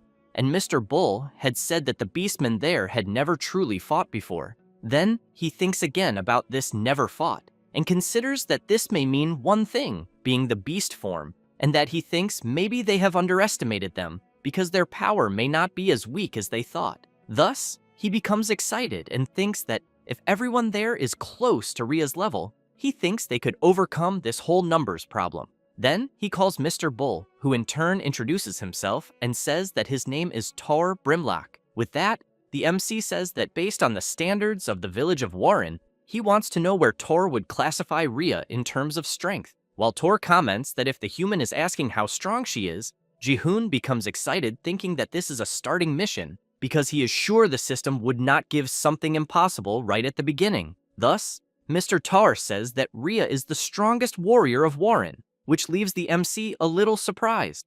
Tor still emphasizes that even if everyone in Warren united against her, Rhea would still win easily. Hearing this leaves the MC devastated, thinking that basically, even if everyone fought with her, they would still lose. Then he becomes totally shocked, wanting to know if this means the rest are completely useless. Soon after, Rhea comments that she thinks around sunset, the humans will probably arrive at the cave entrance and that they will still have some time left. Ji-hoon is surprised and wants to know how she knows that. She points to the bald man tied to the tree with his face swollen from being beaten and says she asked him. Therefore, the MC emphasizes that, thinking about it, the bandits had said they were looking for something their master had lost. Then he wants to know if she might have any idea what it would be. Rhea comments that it might be some precious heritage passed down through the beast people for generations or mineral resources hidden in Warren. She then emphasizes that the village is just a small settlement where beast people who lost their homes gathered, and that there is no chance of having anything worth the humans coveting. Ji-hoon comments that he thinks they just needed an excuse, until Mr. Tar approaches and asks what they should do now. as everyone is waiting for the orders of the new village chief. Jihoon keeps thinking and concludes that to overcome the numerical disadvantage, the individual attributes must be high. He knows that the strongest in Warren is Rhea, and that the three beastmen could not defeat her even attacking together. But he questions if Rhea is really strong enough to defeat three people, since he has in mind that rabbits are weak or that Rhea is strong, and therefore cannot reach a sensible conclusion, because he knows that if he could see the exact rankings and attributes like in a game and compare, he would have an approximate idea. Until something comes to his mind and he starts to remember his Overlord Eye skill, which allows him to visualize the attributes of monsters and items. Then he questions how to activate it again, since he knows that normally when trying to check attributes, it is enough to call for the status window. Therefore, he shouts asking his system to show the status. However, nothing happens. And while he is astonished, he thinks that normally the system would have already appeared and that the inventory would also open when pronounced, until a screen begins to appear, and as soon as it opens completely, he questions whether it worked, since the inventory is completely empty. But he finds something strange, as the window is called Abyss Slot, and he questions if it could be an abbreviation of Abyss Slot, since, as it is the monster's faction, he thinks that even the name of the inventory changes. Until thinking better, he finds that after escaping the royal palace, so many things happen non-stop that he ended up forgetting. Then, he remembers the sword he received in his first random chest, but ends up getting furious because it was completely buried in the collapse and ended up in the middle of the kingdom. But he thinks that his dumb system should at least have stored it. He also knows that he cannot return to the kingdom to try to recover it at the moment, because, as regrettable as it is, nothing can be done in the scenario he is in. Jihoon remains puzzled about the statistics window not appearing, and questions if there is another method to make it appear. Then, he has in mind that there are 4 passive skills activated at the moment, being the Overlord Eye, which allows visualizing attributes of monsters and items, the Monster Communication skill, the Friendly Monster skill, which naturally attracts inexplicable favor from monsters, and the last one, the Physical Monster skill, which transcends human physical limits. Then he knows that except for the Overlord Eye, the other passive skills seem to remain active after the initial activation, until Rhea becomes impatient and starts yelling, wanting to know how long he is going to keep thinking, because he must do something quickly, as the enemies keep advancing. Then she lowers her head and asks the MC to give some order to the villagers, because she wants to protect Warren and her people. Jihoon is moved by her attitude and thinks that the immediate situation is urgent at the moment. Then he thinks there is no need to be obsessed with how to open the statistics window or check them at the moment. However, while thinking this, he ends up unintentionally activating his Overlord Eye. Therefore, the system notifies that it is locking the target on Rhea. Jihoon is intrigued by this target designation thing. Then he reflects that now that he thought about it, the inventory checks the items he has, being a system function, and that is why it opened just by thinking. But he thinks that the Overlord Eye is a skill that lets him visualize the stats of monsters and items, and that it is quite simple when he thinks of it that way. And that to activate the passive skill, he only needs to designate a target and visualize the verification of their attributes, hence the Overlord Eye. And as soon as he visualizes Rhea's status window, he discovers that she is rank B. Then he gets excited and thinks that rank B is equal to intermediate knights, being higher than he imagined. He also sees that she has a water type attribute and that her attack is melee, with attributes concentrated in attack power, and her skill is indeed transformation. Until she calls him and comments that she knows suddenly becoming the village chief must be heavy, but wants to know if he is listening. He replies that yes, but while messing with the system, she continues saying that in any case, since he is the village chief now, she will do her best to support him. Jihoon starts questioning about the heart he is seeing in the status and starts clicking on it, and each time he does that, he does not notice that he is pressing Rhea's nose, who in turn starts getting furious and yells that she is speaking sincerely and he is joking at a time like this. Then she wants to know if this is the kind of chief to whom they will entrust the fate of Warren. After realizing what he was doing, the MC is embarrassed and replies that it was not what he meant to do. However, it is too late, and Rhea comes at him, furiously yelling that she cannot accept this. While Rhea storms off angrily, Tar wants to know the chief's orders. Ji-hoon asks Mr. Tar to gather all the villagers there. Tor, seeing the MC's face completely scratched, wants to know if he is okay. Ji-hoon, a little embarrassed, replies that he is fine and that he should do as he said. After a while, all the villagers gather and the MC starts analyzing them one by one. And as soon as a sheep man approaches, he says that he is the last. Ji-hoon breathes relieved and thinks that checking stats of each person one by one really drains a lot of stamina. Then he reflects that the population of Warren is 114, including them, and that the highest ranking is undoubtedly Rizeldrax. Then he activates his Overlord Eye on his little dragon, but keeps in mind that for an S-rank monster, its base attack is surprisingly weak, since its points are all in magic attack and defense, and that the dragon's breath consumes all MP in a single use, and that even after an entire day, only about half recovers, which means it is just one shot every 2 days. Then he concludes that for this battle, Rizeldrax's dragon breath cannot be used. He then thinks that the current forces they have in the village of Warren consist of Rhea at rank B and Mr. Tor at rank C, and that the rest, the majority, are rank E. Therefore, he thinks about what Mr. Tor had said.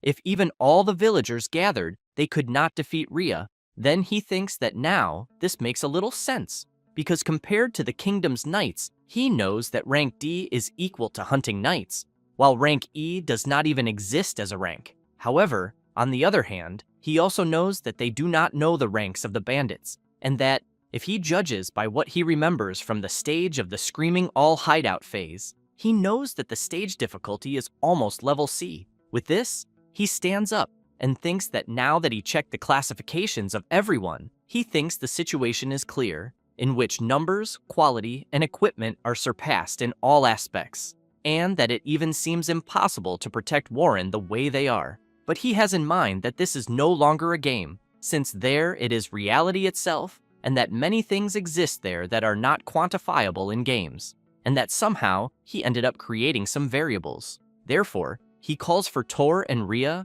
and says he will tell them his plan. Meanwhile, the bandits are heading to the tunnel entrance that gives access to the village of Warren, going through the forest, but they are being observed by some villagers. Thus, one of the beastmen asks his friend to return immediately and inform everyone, as they will arrive at the entrance very soon. However, as soon as he finishes saying that, he is struck right in the head by an arrow, which leaves the girl scared by the scene she just witnessed. The bandit leader wants to know if the girl knew they would be there. She remains paralyzed seeing her friend's body lying on the ground, but she knows she has a very important mission. Then she transforms into a rabbit and dashes away. But the leader tells everyone not to do anything, which leaves the ponytail-haired guy incredulous, wanting to know why his leader let her escape. He replies that he did not let her go in vain, since he is sure she will end up spreading fear when she returns to the village. Meanwhile, the MC is passing instructions to the others,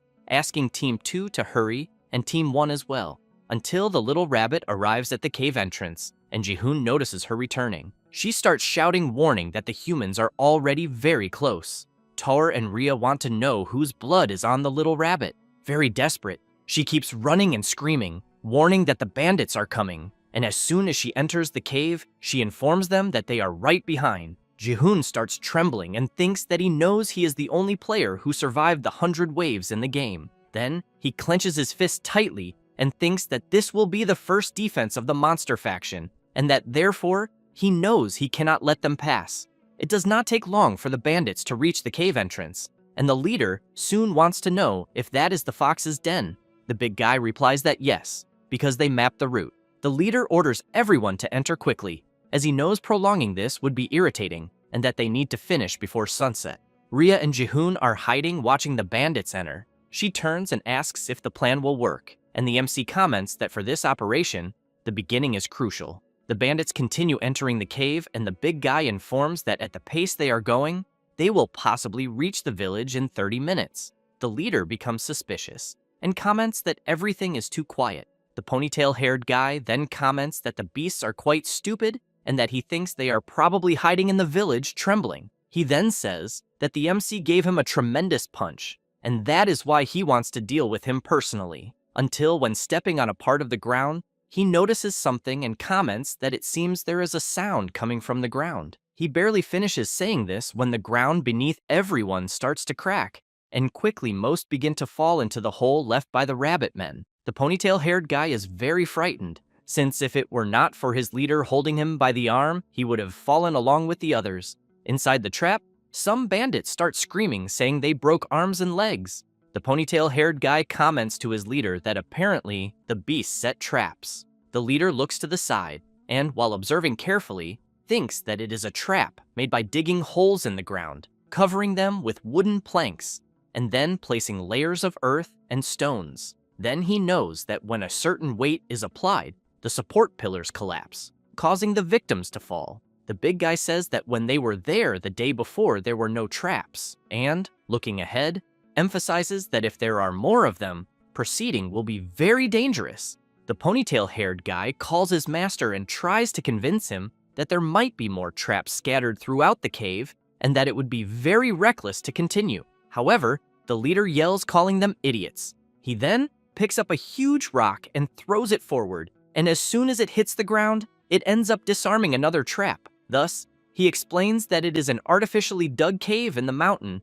and that the original floor was solid rock. Then, he makes it clear that even if they had dug pits and covered them with wood and then placed layers of earth and stones over them, anyone could see the difference just by looking closely. The ponytail-haired guy comments that now that he heard his leader explaining it, he can clearly see it.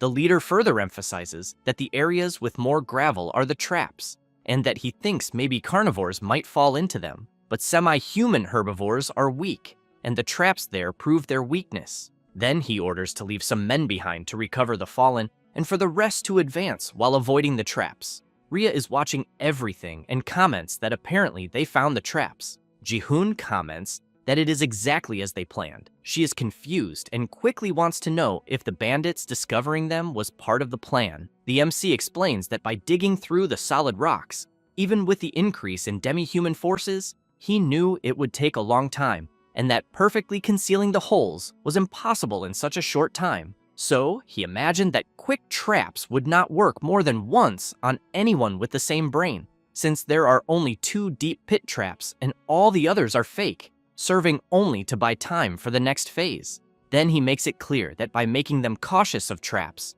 their marching speed is reduced by more than half. That said, he calls Rhea to the next position. After some time inside the cave, the bandits seem a bit exhausted. The big guy informs his leader that at the fork ahead, they should take the path to the right and will reach the final destination. The leader is intrigued about this fork in the road, but ahead, there are 3 paths. The ponytail-haired guy is confused and, pointing to a herb ahead, comments that he had seen it before and was sure it was to the right.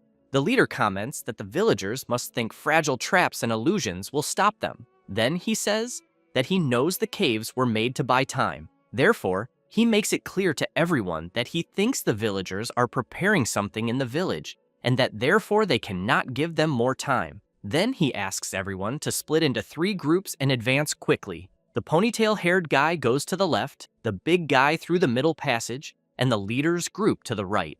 It does not take long for the ponytail-haired guy's group to realize their passage is blocked, and the big guy's group notices a light at the end. Then, he picks up his huge hammer and orders his group to prepare for battle, until in the leader's group, the bandits point forward and shout saying they think it is the exit. The leader laughs and comments that he would not have imagined he chose the right path. Thus, he orders everyone to eliminate the villagers without mercy. With that, the big guy's group and the leader's group head toward the light they are seeing. But soon the leader is surprised, wanting to know what the hell is happening, since he ended up returning to the beginning of the cave where they entered. Meanwhile, the big guy's group reports that they found the village and orders everyone to hold their position. Then he turns and asks one of the bandits to return to the fork and inform the leader and vice leader, until one of the bandits points forward and asks the big guy to look carefully under a tree. The bald bandit is tied up and with his mouth gagged. Quickly, the big guy's group goes to the tree, and as soon as they remove the gag from the short, bald man's mouth, they want to know if he is okay. Very frightened, the bald man wants to know where the leader and the vice leader are and why the group's numbers are greatly reduced. Meanwhile, The bandit that the big guy asked to go inform the leader is running at full speed through the cave until he notices a kick coming his way. However, he cannot defend and is hit hard, being thrown against the wall. His face is completely bruised. Jihoon comments that he still cannot reveal his secret because the numerical advantage he gained was achieved with great difficulty. Then he thinks it was by using fake traps to buy time, and that he knows these weak traps are perfect to make the enemy underestimate them. Meanwhile, the bald man is desperate after hearing from the big guy that the troops were divided into 3, since he knows it will not be enough, as they are completely surrounded, until the big guy looks to the side and sees several villagers scattered, being at the moment 113 against 60. After leaving the cave, Jihoon looks ahead and shouts, asking all units to attack immediately. Then he thinks that his true strategy will begin now. Thus, the big guy yells, ordering the bandits with him to attack everyone, and so the battle begins. Just before striking with his hammer, Jihoon shouts, asking all units to use transformation, and as soon as the big guy strikes his attack, a smoke explosion happens, and he is confused to realize they disappeared. The MC has in mind that when the beastmen transform, they produce smoke, so he remembers that when he noticed this, he thought he could use it during battle. This way, they could execute a smoke screen tactic, and now he knows the next target will be Mr. Tower, who soon appears among the bandits holding a huge rock, and as soon as he throws it, wherever the huge rock passes, it ends up hitting several bandits at once. Meanwhile, the villagers transformed into rabbits jump onto the bandits, and some hidden underground emerge to grab their feet. And as soon as the bandits are trapped and cannot move, the other rabbits can land several kicks right in the bandits' faces.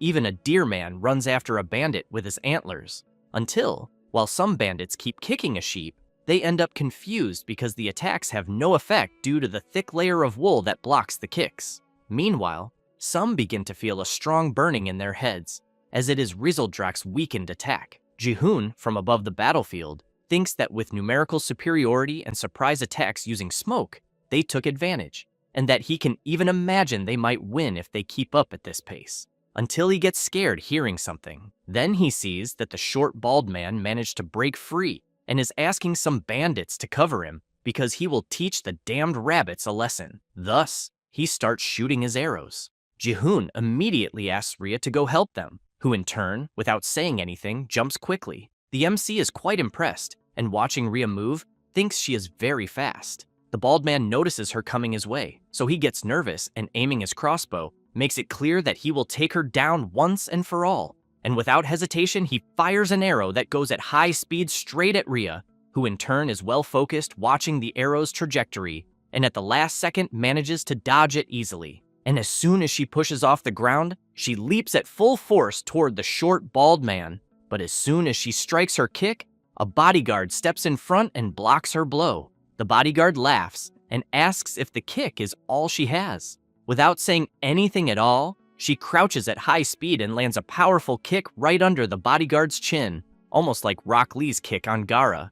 Then she charges at another thug, who barely has time to react and is brutally hit right in the face. The short, bald man just watches his thugs being thrown away and soon wants to know what the hell they think they are doing, until he gets frightened looking ahead and seeing Rhea right in front of him. But as soon as he realizes it, he sees her landing a kick and, with nothing much to do, is hit squarely and thrown hard to the ground. The bald man's face is completely swollen from the powerful kick he took. Rhea stands watching him fallen and yells, asking them not to underestimate the villagers of Warren. Meanwhile, the big guy is watching his friends brutally lose the battle, so he clenches his fist tightly and activates his skill, which makes his body start gaining muscle mass. Jihoon notices this and, somewhat worried, thinks that he does not know much about the monsters, but keeps in mind that in the game, Defense Knight only knights of Class C or higher can use skills.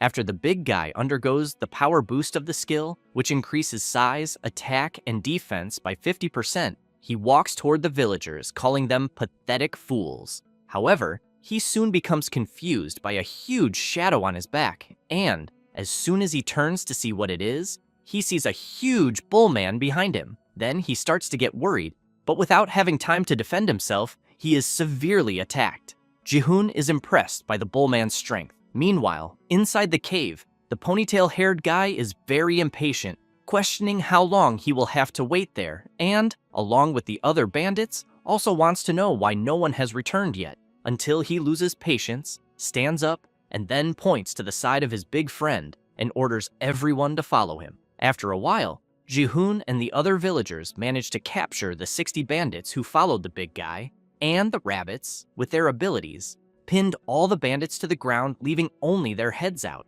Then he asks Mr. Tor about the casualties they had. He says that 23 are seriously injured, being ineffective in combat, and 42 are lightly injured but can continue fighting. Jihoon reflects on the numerical advantage of 113 against 60, and that although they almost doubled the numbers, they suffered more than half the losses. But regardless, the operation was successful. However, he knows it is not over yet, since he has in mind that the remaining enemies still outnumber them. So, at the moment, besides numerical superiority, it is time to increase their strength. Therefore, he calls for Tor and, pointing to the fallen weapons of the bandits, orders Mr. Tor to distribute them to all the villagers capable of continuing to fight. Thus, the villagers arrive and begin taking the bandits' weapons.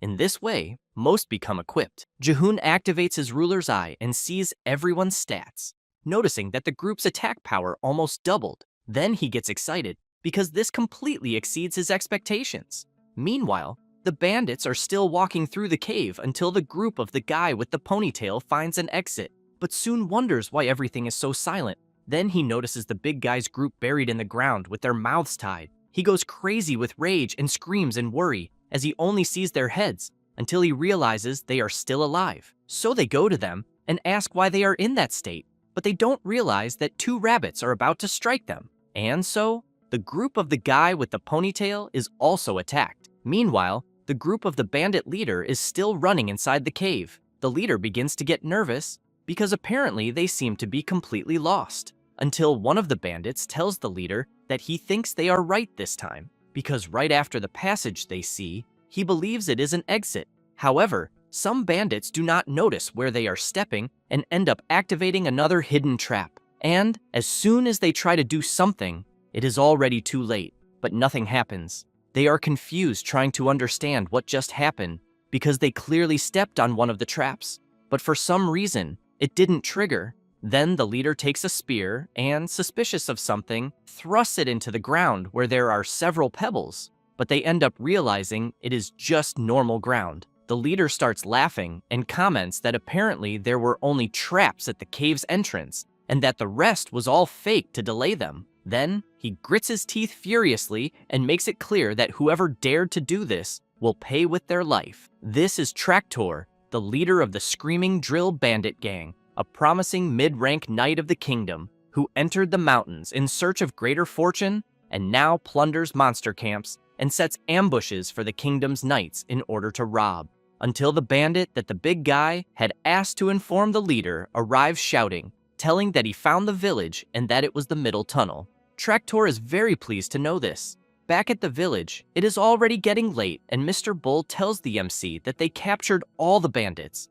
Jihoon comments that they did a great job. The MC looks at the cave and thinks that just by breaking a wall at the fork, they rediscovered the way back to the entrance, and that this gave them enough time to prepare a strategy. Then he knows that now, all that remains is to wait a little longer. At that moment, the guy with the ponytail releases the gag that is in his mouth, and he starts shouting, calling the MC an idiot and saying that it doesn't matter how he subdued them, but when his leader arrives, everything will be over. Then he makes it clear that the man called Screaming Drill operates on a completely different level. However, before he finishes speaking, Rhea appears, landing a powerful kick right in the middle of his face. Thus, she comments that, just as the MC suggested, she only counted the members capable of combat and that about 65 remain. Jihoon has in mind that there are approximately 60 bandits left, including their own leader, but on the other hand, he also knows that although they are at a disadvantage in stamina after 2 battles, they still have strength. Then he activates his ruler's eye and thinks it was already expected. Observing the remaining fighters, he notices that they gained rich combat experience, and with that, he gets a little more excited, thinking that they just need to get stronger, until he realizes that the sword he placed on his shoulders is heavier than he imagined. At that moment, someone is walking out of the cave and Rhea and the MC get worried. It is the group of the bandit gang leader. The guy with the ponytail, with his whole face swollen, screams asking for help from his leader, who in turn only calls everyone pathetic fools.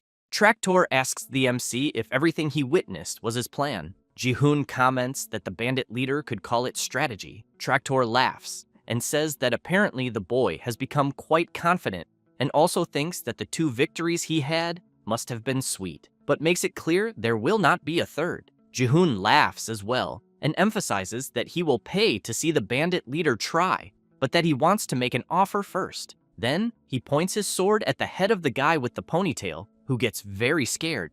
Thus he demands that they leave and drop their weapons, unless the leader wants to see his companion die. Traktor takes a deep breath. Jihoon has in mind that this looks like something only third-rate villains from movies or comics would do, but he knows now is not the time to have principles, and that if the bandits accepted this, it would be a tremendous victory, until Traktor drops his spear on the ground and Jihoon is surprised, wondering if they are really going to give up.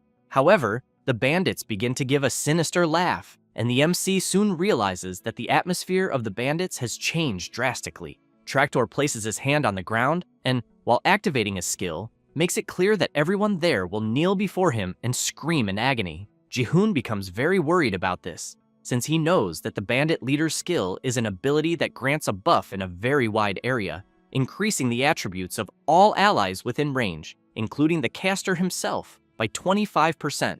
Jihoon also knows that even without seeing their stats, he can physically feel the combat power of everyone involved through the skill. Thus, he becomes very worried, as he did not expect their combat power to skyrocket. Without wasting time, Traktor shouts, ordering his whole group to eliminate everything and everyone at will. Jihoon also shouts, asking the villagers to charge for the attack, and thus, the final battle begins. The rabbit beasts quickly transform, creating a smoke curtain in the battle, and some of them manage to catch some bandits by surprise, hitting them from every possible direction. But the rabbits notice something strange in the bandits they are attacking. Then, one of them, with a sinister look and pulling a dagger from his arm as if he had not felt any pain, wants to know if the pathetic little creatures are already finished, which leaves them quite worried. Due to Traktor's ability, the bandits are much stronger and seem to not feel pain. With that, the course of the battle turns against the villagers of Warren. Meanwhile, Mr. Tower keeps attacking tirelessly the bandits that enter his range of action with the huge hammer until they start throwing ropes at the bull, asking to tie him up as quickly as possible. Tor cannot avoid it and has his arms and neck tied by ropes.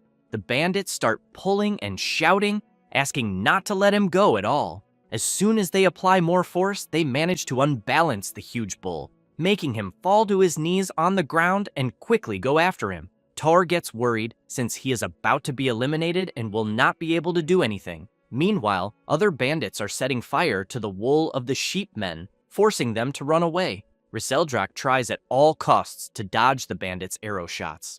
Jihoon, watching the outcome of the battle, starts to get worried and thinks that even after having used weapons to increase combat power and gain experience to help the villagers level up, they are being cornered in every way. Then he turns, wanting to know where Rhea is, who fights fiercely against the bandits. However, as soon as she prepares to attack again, she ends up being completely surrounded. Rhea starts to get worried because she is reaching the limit of her physical endurance. Jihoon notices this too and tries to think of something to reverse the situation until he sees a rabbit being thrown hard against a tree. After returning to her normal form, the little rabbit asks the MC to order everyone to flee because she thinks they will not be able to defeat the bandits. Jihoon reflects that at this pace he fears they really will lose, but on the other hand, he knows that there is only one way to end this battle now. Then he gets serious and, watching Traktor, knows that the way to end all this is to defeat him, until he sees Mr. Tower being attacked without defending himself, starting to remember the conversation he had with him before, when he wanted to know if Mr. Tower could transform as well, to which he replied yes.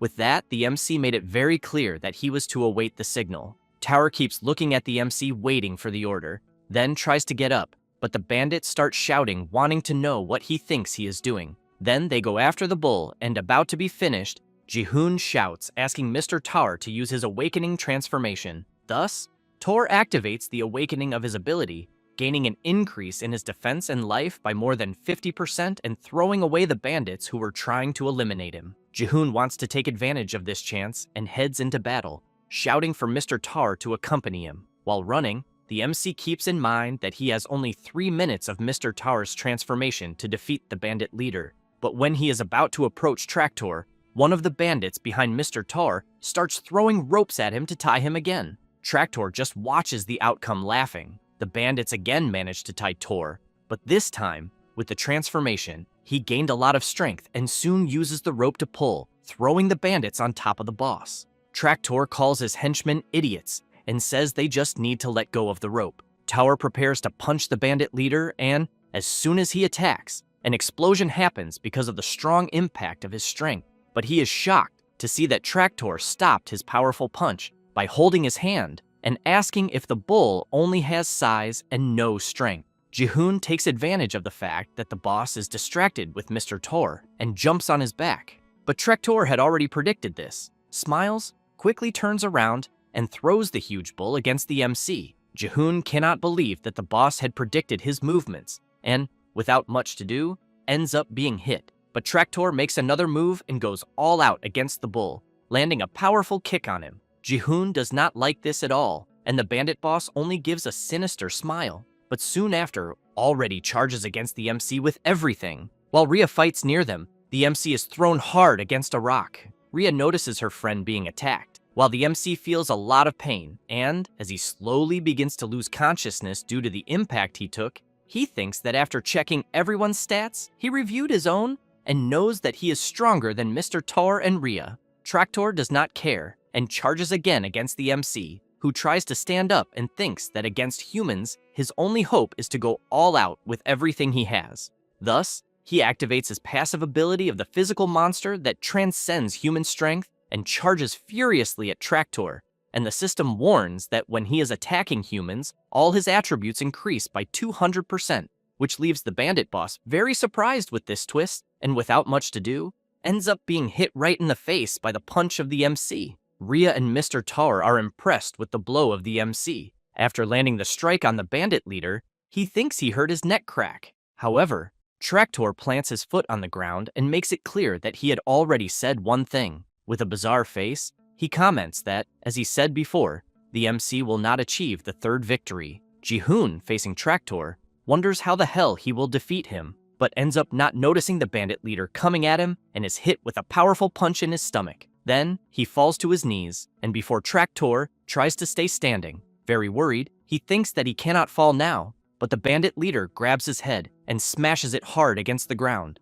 Jihoon says he will not give up, but Traktor applies more force on the MC's head and emphasizes that the boy simply needs to stay down. And, looking at the battlefield, he asks the boy to let all the villagers see him defeated. It doesn't take long for the villagers of Warren to notice their chief face down on the ground and become worried. Tor calls for his chief, but soon sees Rhea rushing toward the MC, asking him to move away. But as she heads toward him, someone points a crossbow in her direction, and as soon as it fires, it hits her leg. She begins to fall sideways and thinks that she was very reckless to advance like that without being aware of her surroundings. Jihoon is worried about his friend, and as soon as he sees her falling to the ground, he shouts, calling for her. Then Traktor notices that the sun is almost setting, but comments that it is already too late. Then he shouts, asking everyone on the battlefield to hear him, thus informing that the war is over. With that, he orders his henchmen to burn everything there. Jihoon cannot believe Traktor's order.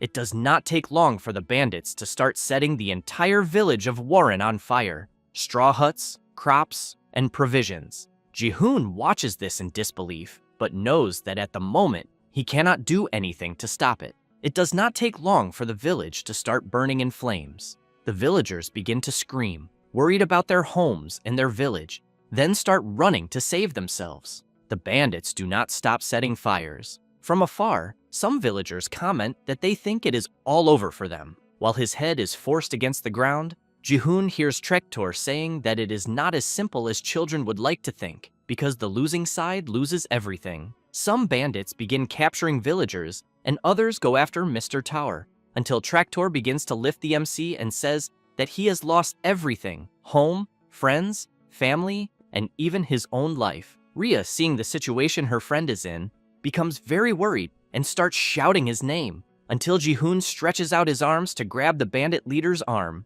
This leaves him very surprised, wanting to know if the boy does not know when to give up.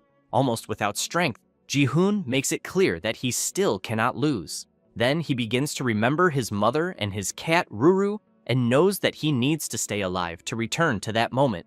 Next, he remembers the system's warning about the monster's ultimate goal being the complete annihilation of humanity. After remembering this, he clenches his teeth furiously and shouts that until he achieves his goal, he will never give up. The villagers, Tower and Rhea, hear this and are very surprised, moved by the strong conviction of the MC. On the other hand, Traktor comments that he does not care if the boy will not give up. Then, he grabs a dagger and goes to attack the MC, saying that his role has already ended there. At that moment, they do not notice that it has already become night and the moon is full and bright. Someone is looking attentively at the moonlight, and that someone rushes toward the bandit leader, and with incredible speed, he delivers an attack on Traktor without him realizing that he was being attacked. And due to this blow the bandit leader took, he ends up losing his arm. Someone is with claws full of blood, and Jihoon is very surprised to see who it is. Then, he begins to remember before his plan, when he found something strange, because all the other beast beings could awaken freely after spending MP. But in contrast, Rhea could not awaken even with plenty of MP. But he has in mind that thinking better, at that time, even on the verge of death, she did not use such an ability. Then he wonders if there was a restriction on the awakening of the fox people. Rhea, under the moonlight, has her true power awakened, and all her attributes increased by 100%. This is her awakening. She soon asks Jihoon for his next order. He takes a deep breath, calls her, and while watching Traktor screaming in pain for having his arm torn off, Jihoon asks his friend to finish off every last bandit. She replies that it's fine, and immediately moves at an incredible speed. As soon as she approaches the bandit leader, he shouts, wanting to know how a mere creature dares to touch his arm. Without showing any mercy, Rhea decapitates Traktor's head. The guy with the ponytail hair cannot believe that his boss was defeated so easily. As Traktor's head falls to the ground, Rhea tells him to shut up, because she no longer has the slightest desire to hear him spew venom. The bandits, as soon as they realize their leader has been defeated, are in disbelief since they never imagined they would see him defeated. Then, because Traktor was eliminated, the effects of his skill begin to be cancelled on the other bandits, and they start to feel all the pain from their battle wounds. The night begins to grow darker, and the MC is surprised by something in front of him. A system warning informs that when night falls, monsters become stronger, and all of their attributes increase by 20%. It doesn't take long for Lord Tor and the other villagers to begin experiencing the night effect. Thus, the huge bull lets out a loud roar, and one of the villagers shouts for everyone to counterattack the bandits immediately. They get excited, shouting that they will fight and destroy the humans. The bandits are frightened and comment among themselves that it is already night. They know that monsters receive buffs and that they will not be able to win, especially with their leader defeated. Jihoon takes a deep breath, and as soon as a raindrop falls on his nose, he realizes it has started to rain in the Warren village. Then he sees the bandits retreating and the villagers chasing after them to capture them. Thus, he thinks he had carelessly imagined it was just a beginner mission, and that because of this, he ended up becoming confident since the strategy was going well. Meanwhile, the villagers shout celebrating the victory and the blessed rain. Jihoon keeps reflecting that his first battle in this world ended like this. He knows that more than half of the village burned, and many beastmen died or were injured. Thus, he lowers his head, feeling guilty, and comments that if he had done at least a little better, it wouldn't have come to this. Until Rhea approaches, saying that he doesn't need to carry the burden alone. Then she emphasizes that everyone's abilities are different and reminds the MC of when he was fighting against Traktor, that even when he was about to be eliminated, he didn't want to give up. Thus, she makes it clear that he did the best within his own capabilities. Jihoon is very surprised by Rhea's words, until she smiles and makes it clear that he should take good care of the Warren village from now on, saying this while calling him the village chief. Jihoon is left speechless hearing this, but soon notices something strange in her status. Rhea starts to get a little embarrassed, but quickly turns and runs off at full speed while shouting that she is going to help with the post-war cleanup. As she joins the other villagers, wanting to know if they are okay, and saying that she will help with the cleanup too, the MC thinks that he is very grateful for her because he believes all of this was thanks to Rhea. However, he also knows that it is not over yet, and that this is just the beginning since he is seeing a notice from his system informing that the main mission of building the monster faction has been completed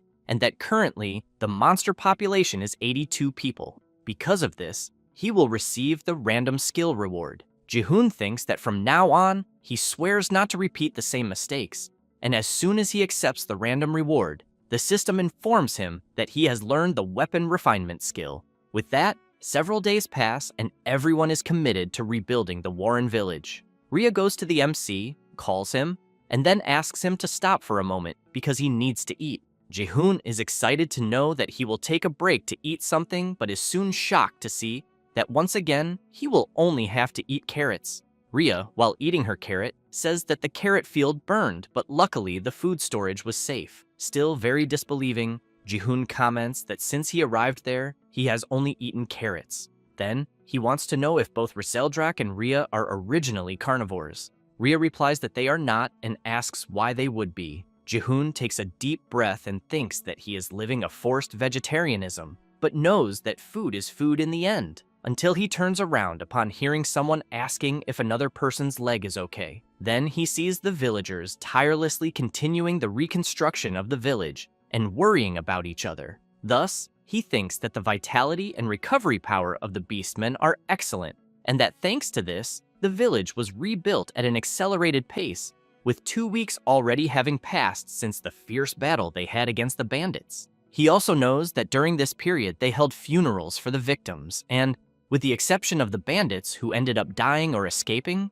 they brought the 55 captured people to trial. Jihoon thinks that at the time all the villagers wanted to take revenge on those who were sacrificed immediately, but he knew that taking the lives of unarmed people was never easy, and that after long discussions, they ended up releasing the bandits. But obviously they did not just let them go, because they had heard that there were several dangerous monsters in the sea, and that if the bandits were lucky enough to avoid them and reach the end of the current, they would reach the kingdom, and for that reason, they would hope that they received the proper punishment. After remembering this, while eating his carrot, Jihoon thinks that there is one thing he discovered late, being the reason why the bandits were looking for the fox's den, the item their leader was searching for, and which he discovered by chance when he returned to Rhea's house. Then he remembers that at the time, as soon as he entered her house, he commented that luckily the place there was intact, and as soon as he looked up, he noticed something strange and quickly used his Overlord eye. He realized that there were several enhancement stones there that could be created and of various ranks. Then, he was even more surprised to notice one in particular, as it was a rank B enhancement stone. Rhea, a little confused, wanted to know what enhancement stones would be. Still not believing, Jihoon wanted to know why on earth such precious things would be in her house, until a huge sack fell from the roof of the house, and Jihoon could not believe that inside it, there was an entire package of enhancement stones. But as soon as he looked up again, he was even more shocked, since he was seeing more huge sacks hanging from the ceiling of the house, and shouted wanting to know if it could all be enhancement stones as well. As soon as they removed the bags from the ceiling and opened them, they realize they are full of enhancement stones. Jihoon's eyes shine as he wonders how much all of it is worth. However, he later thinks that he discovered that foxes like shiny objects and believe they bring good luck, so they have the habit of hiding them in their homes, and most likely the bandits knew about this. With that in mind, he questions if that is why the village was attacked. Besides that, everyone said it was fine, but Rhea blamed herself for it and tried to throw all the enhancement stones into the sea. While she was about to do that, saying that they didn't need those enhancement stones, the MC ran to her, shouting and asking her to wait. Then, he made it clear to Rhea that the person who collected shiny stones did nothing wrong, since it was precisely the people who coveted them that were in the wrong. Rhea was impressed by the words of her friend. Jihoon knew he had just said something obvious, but realized that her heart level rose to 60 at once. Then, he made it clear to her that he would keep them safe. After storing them, the MC thinks that the war they fought made him realize for sure that they need to become stronger. Right after, Jihoon wanted to know where they put the bandits' weapons and if they should be in the warehouse. As soon as she takes the MC to the warehouse, he places a small bag of enhancement stones on the ground. Looking at the weapons there, he says he is going to test something. Then he takes a weapon and an enhancement stone and uses his weapon refining skill. A strong light bursts inside the warehouse, visible from afar. Rhea is startled, commenting that something shone, but Jihoon says it was only his enhancement stone that broke. While saying that apparently the refinement worked, the fox goes crazy with anger, wanting to know if he broke one of her shiny stones. Jihoon thinks that the success rate for enhancing rank C items is 70%, thus creating the rank C venomous blade, which grants 100 more attack points. Then he reflects that it is the same as the human faction. After refining a rank B dagger, which grants 130 more attack points and 230 more magic attack power points, he concludes that the success rate for refining rank B items is 55%. Therefore, he decides to take it even more seriously and starts improving more weapons. The villagers outside the warehouse are intrigued when they see the strong light coming from there. Jihoon spends most of his time refining the weapons, continuing to do so more and more until dawn begins to break, and the villagers wonder if the village chief is still practicing some kind of magic. At this moment, Rhea begins to wake up and wants to know if he is still doing that. After several attempts, Jihoon says it was more than 2,568 times that he broke the enhancement stones. Rhea goes even crazier with rage, because it would have been easier to throw the stones into the sea instead of him breaking so many, until one of the enhancements works, and he wants to know what it is. He looks at the rank B dagger he had created and realizes that he managed to increase its attributes by 10 more points for 10 enhancement stones. Rhea wants to know what changed. He points ahead and asks her to take a look. Then he says that the weapons in front were all of low grade and that the success rate was high, managing to enhance all of them. Moreover, Mr. Tar's weapon was enhanced and now has 100 more attack power points.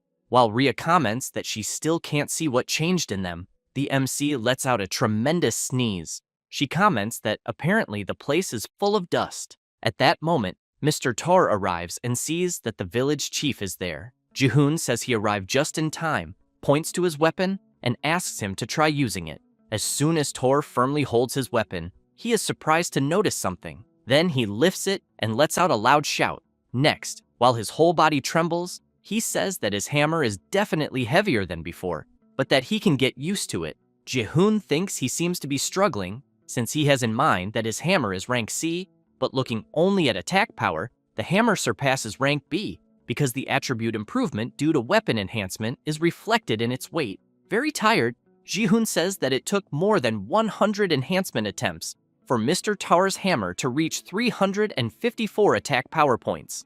Rhea wants to know why he becomes happy and then sad. Jihoon thinks that his rank S weapon, Hellbringer, has more than 999 attack points without unlocking additional attributes, and that he obtained the best rank S weapon from the first wave, since he knows that if he had it from the beginning, the war they fought would have been much easier. Thus, he takes a deep breath and comments that in any case, he cannot use magic, and therefore thinks he could not have used it anyway. But he really wants to know if his Hellbringer sword is fine. At that time, in the kingdom, a woman comments that apparently the kingdom's reconstruction seems almost finished, but wants to know why they were ordered to leave the hole there in peace, and if by any chance they said there was something inside. She looks at the hole and thinks she can feel a sinister aura. Meanwhile, inside the hole, someone is screaming. It is the knight Ares, who is trying to pull the MC's sword from the ground, until the weapon begins to emit an intense power,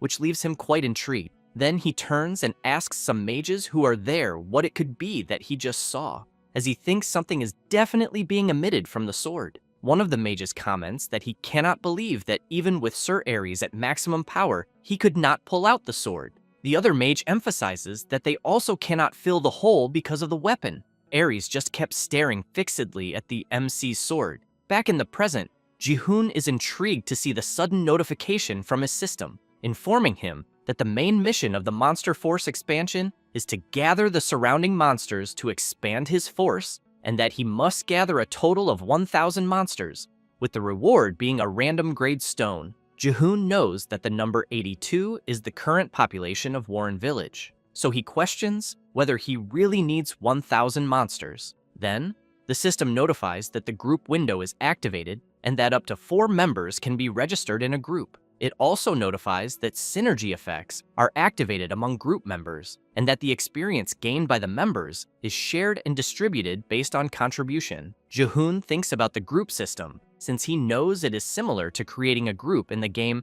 Night Defense in Adventure Mode. Thus, he shouts, calling Rhea and Mr. Tar to gather the surrounding monsters, but the bull says he cannot go. Jihoon looks back and wants to know why. Mr. Tar says he thinks it is better to focus on protecting and rebuilding the village of Warren. The MC reflects that, stopping to think better, he knows that the Beast People became stronger. But on the other hand, if he takes all the main forces, including Rhea and Tor, and Warren disappears due to an enemy invasion, unlike games, there is much to consider in reality. However, he still thinks that for synergy effects, it is better to fill all 4 slots, but that he will leave Mr. Tar to protect the village. Thus, he begins to observe some villagers to see who he will call to be part of the group, continues doing this attentively, but becomes quite worried, questioning who he will take in the end, since he knows that most of them are statistically similar. Therefore, he calls Mr. Tar and whispers something. He replies yes,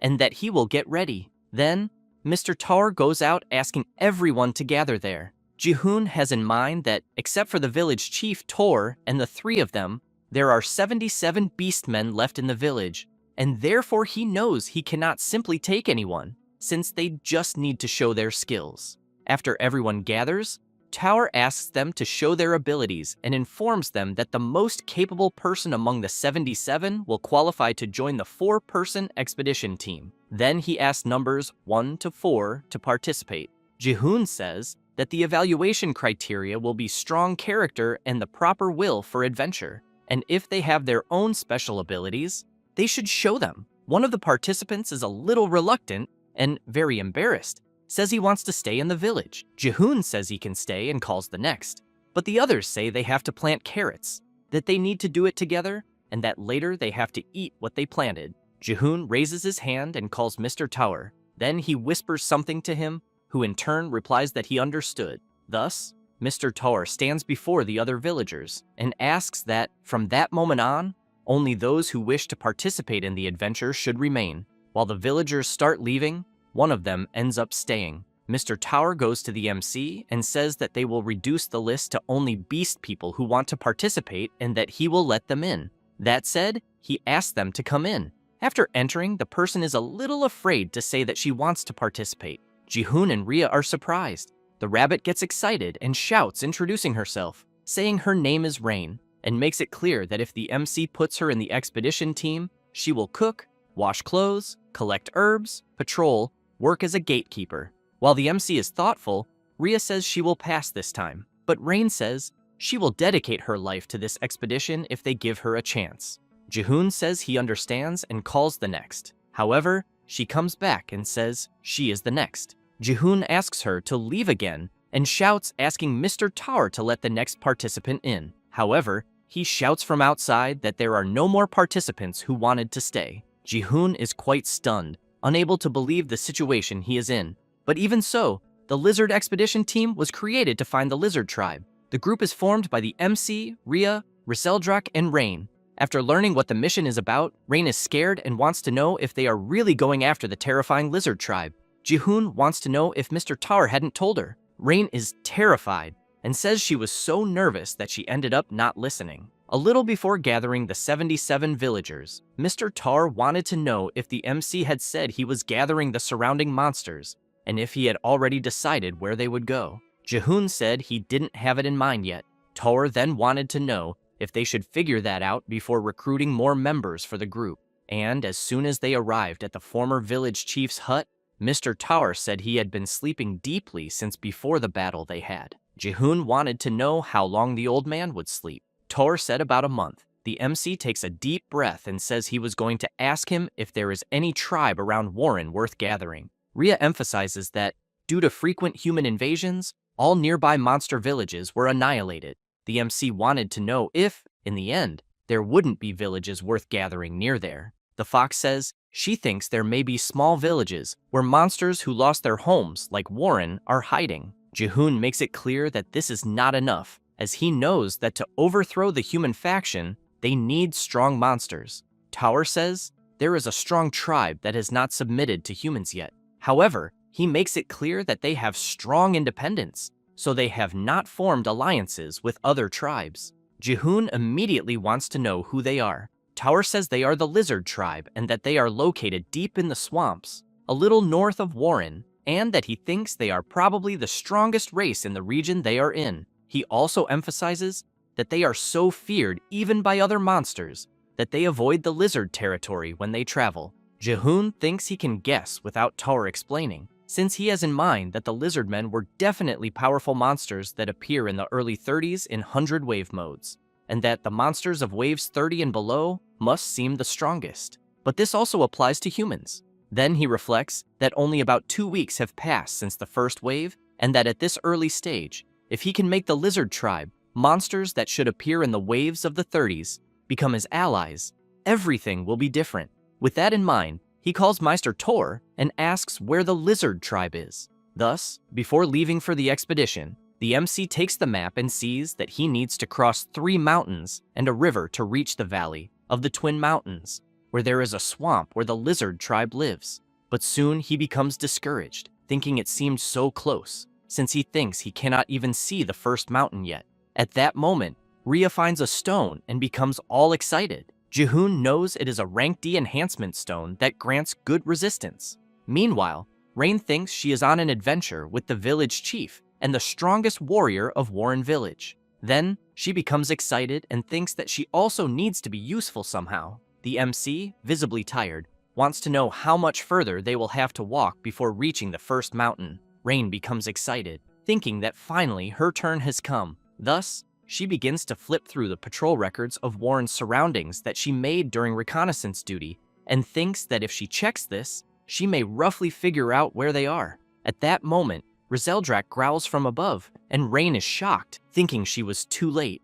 And after the little dragon returns to the MC and tells him where they are, Jihoon comments that as soon as they cross the first mountain, he thinks it will be faster. Rhea tells Rain to hurry. She thinks she needs to prove her worth soon, but that she doesn't need to rush, since she knows the opportunity will surely come, until a huge rock falls from the mountain and blocks the passage. Rain becomes excited, thinking that clearing paths is a specialty of beast rabbits, and that finally it is her turn. Then she becomes eager and thinks that she will show her worth to the MC. However, as soon as she transforms into a rabbit form, Rhea completely smashes the huge rock with just one kick. Rhea comments that it was quite easy to break the rock.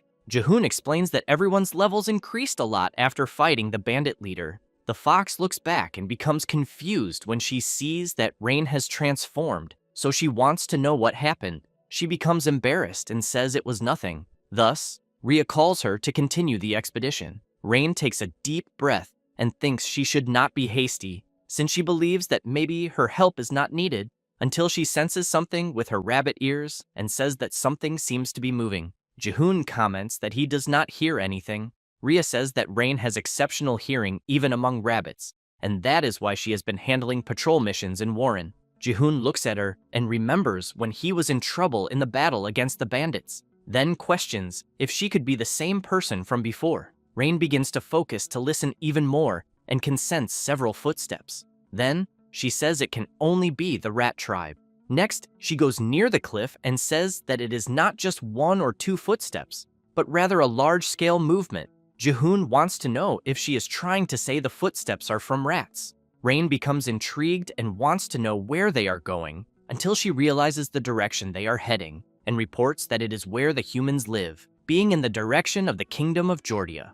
Jihoon comments that maybe something is happening if the great army of the rat tribe is heading toward the royal palace. but emphasizes that their movement is strange since he knows the villages of the rat tribe are scattered through the forest. Rain says they only operate within their own territories, and that she thinks it is almost as if they are gathering in one place. Rhea comments that something is definitely happening. Jihoon says they will follow them too because there is something he wants to confirm. Therefore, he asks Rizeldrak to take him through the air. However, when they were about to leave, Rain calls them and asks to wait a minute, then says she cannot carry the huge bag because it is too heavy to keep up with them. While Jihoon is thinking about something, Rain feels disappointed, thinking she has once again become a burden, until the MC has an idea and decides to test it by asking the huge bag Rain is carrying to go into his inventory. As soon as the bag disappears, he wonders if it worked. Rain is impressed and wants to know if it is some kind of magic. Jihoon discovers that Rain's bag counts as an item too, but wants to know why it is so big and thinks he should check the specifications of the Abyss slot later, since at the moment he needs to confirm the identity of the wave that is about to happen first. Therefore, he calls everyone to go quickly. Meanwhile, in the kingdom, the great bell begins to ring and the tower guard shouts that they are at war. Then, he goes to the middle of the city and shouts that the monsters are coming. People get scared, commenting that it has been a long time since they last attacked. It does not take long for the soldiers to begin marching to battle. At the head of the troops are Ares and Lib, and he shouts, asking everyone to hurry because the sun will set soon. The townspeople, as soon as they see the holy knights, get excited and shout, asking them to eliminate the monsters all at once. A little girl asks her mother why the monsters attack them. She replies that it is because they are beings beyond common sense. Then she makes it clear to her daughter that monsters are very evil and violent, and that to survive they must become stronger. Lib, while marching, ends up hearing this conversation. Meanwhile, Rizeldrak is struggling to carry the MC and ends up changing his route. Rhea notices quickly and wants to know if it is not the wrong direction. Jihoon realizes his little dragon has reached its limit, so he apologizes to him and emphasizes that he will lose weight, suggesting they start descending slowly. Rizeldrak is very tired, almost out of strength. The MC gets scared and says that if he suddenly loses strength like this, they will end up crashing into the ground. Rain worries about the village chief and Rhea calls her to follow them. As soon as they get close to the ground, Jihoon shouts that they are falling too fast and they end up crashing hard into the ground. The MC immediately grabs his little dragon and wants to know if he is okay. As soon as Rizeldrak smiles, Jihoon breathes in relief. Then he comments that it is good that both of their bodies are resistant, but he wants to know where they are because it seems they fell without crossing the mountain near the kingdom. However, he soon gets scared and, while paralyzed by what he is seeing, Rhea and Rain arrive wanting to know if he is okay and if something went wrong. But as soon as they look ahead, they end up in the same situation as the MC since they are seeing several rats completely eliminated. And in the face of the terrible scene, they want to know what the hell happened there. Jihoon realizes that most of them have stab wounds or cuts from sharp objects. So he thinks it is happening again since he is looking at a pile of corpses at the moment. And it was the same thing back then too, because ever since he arrived at the place he is, seeing dead creatures strangely does not make him feel anything, almost as if he had always lived through it. Rain, still stunned by the scene she is seeing, comments that she definitely heard running sounds just a moment ago and that the direction was not from there, so she wants to know what happened. At that moment, one of the rats wakes up in great pain and Rain shouts that there is a survivor. Quickly, everyone goes to the fallen rat and, without hesitation, treat the creature's severe wound. Then Rhea wants to know what happened there. The rat becomes very frightened when he sees the group of the MC and remembers a certain man, becoming terribly scared and charges at the MC with his claws. However, Rhea manages to restrain him, and the rat wants to know why she is stopping him since it was humans who did all this that they are seeing. She asks the rat to look more closely. The rat becomes confused and comments that the MC looks human but wants to know why he resembles a monster. Rhea asks him to relax because everything is fine and explains that Jihoon is different from the humans he is imagining. The MC says they were following the rat tribe moving toward the kingdom. Then he becomes serious and asks the rat to tell exactly what happened there. The creature says that humans wearing armor and knights of the kingdom suddenly attacked everyone. Jihoon does not like hearing that at all. The The rat continues saying that moments earlier, while they were there, several knights appeared, and one of them shouted for the troops to advance. And the terrible massacre happened, with them being attacked indiscriminately. Meanwhile, elsewhere, several rats are very agitated.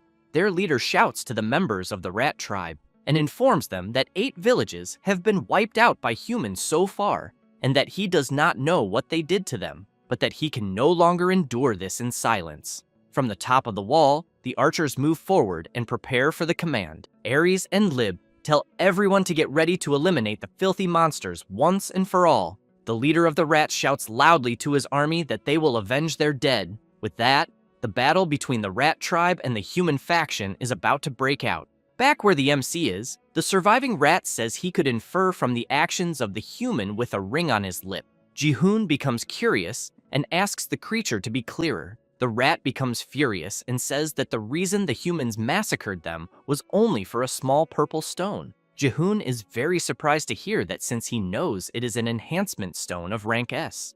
After a few hours, it begins to get dark, and Lib notices that the sun has just set. Therefore, the rats begin to gain buffs to their attributes, and their leader shouts, asking everyone to remember the purpose, then orders them to attack the humans. The rats undergo a transformation from the rat tribe and temporarily lose reason, but all their attributes increase by 30%. The archers do not stay idle and quickly shoot their arrows. The quantity is enormous, and many of them start hitting the rats, advancing to the front of the wall. One of the archery commanders orders them to aim at the leader. At that moment, Ares raises his powerful spear and activates his flame wall ability. Meanwhile, the surviving rat is telling the MC's group that he used all his strength to try to stop the humans, tried everything to make them change their minds, but realized that the humans acted as if they had no interest, and that for those who got what they wanted, the rat tribe members who soon died anyway were not worth dealing with. Rhea and Rain do not like hearing that at all, just as Jihoon does, who thinks there is nothing to save and no need to blame anyone. Then he remembers his school days, when other students wanted to know if his father was a congressman because they wanted him to do something for them, and where, while moving and thinking about gains and losses, he knows this is the true nature of humans.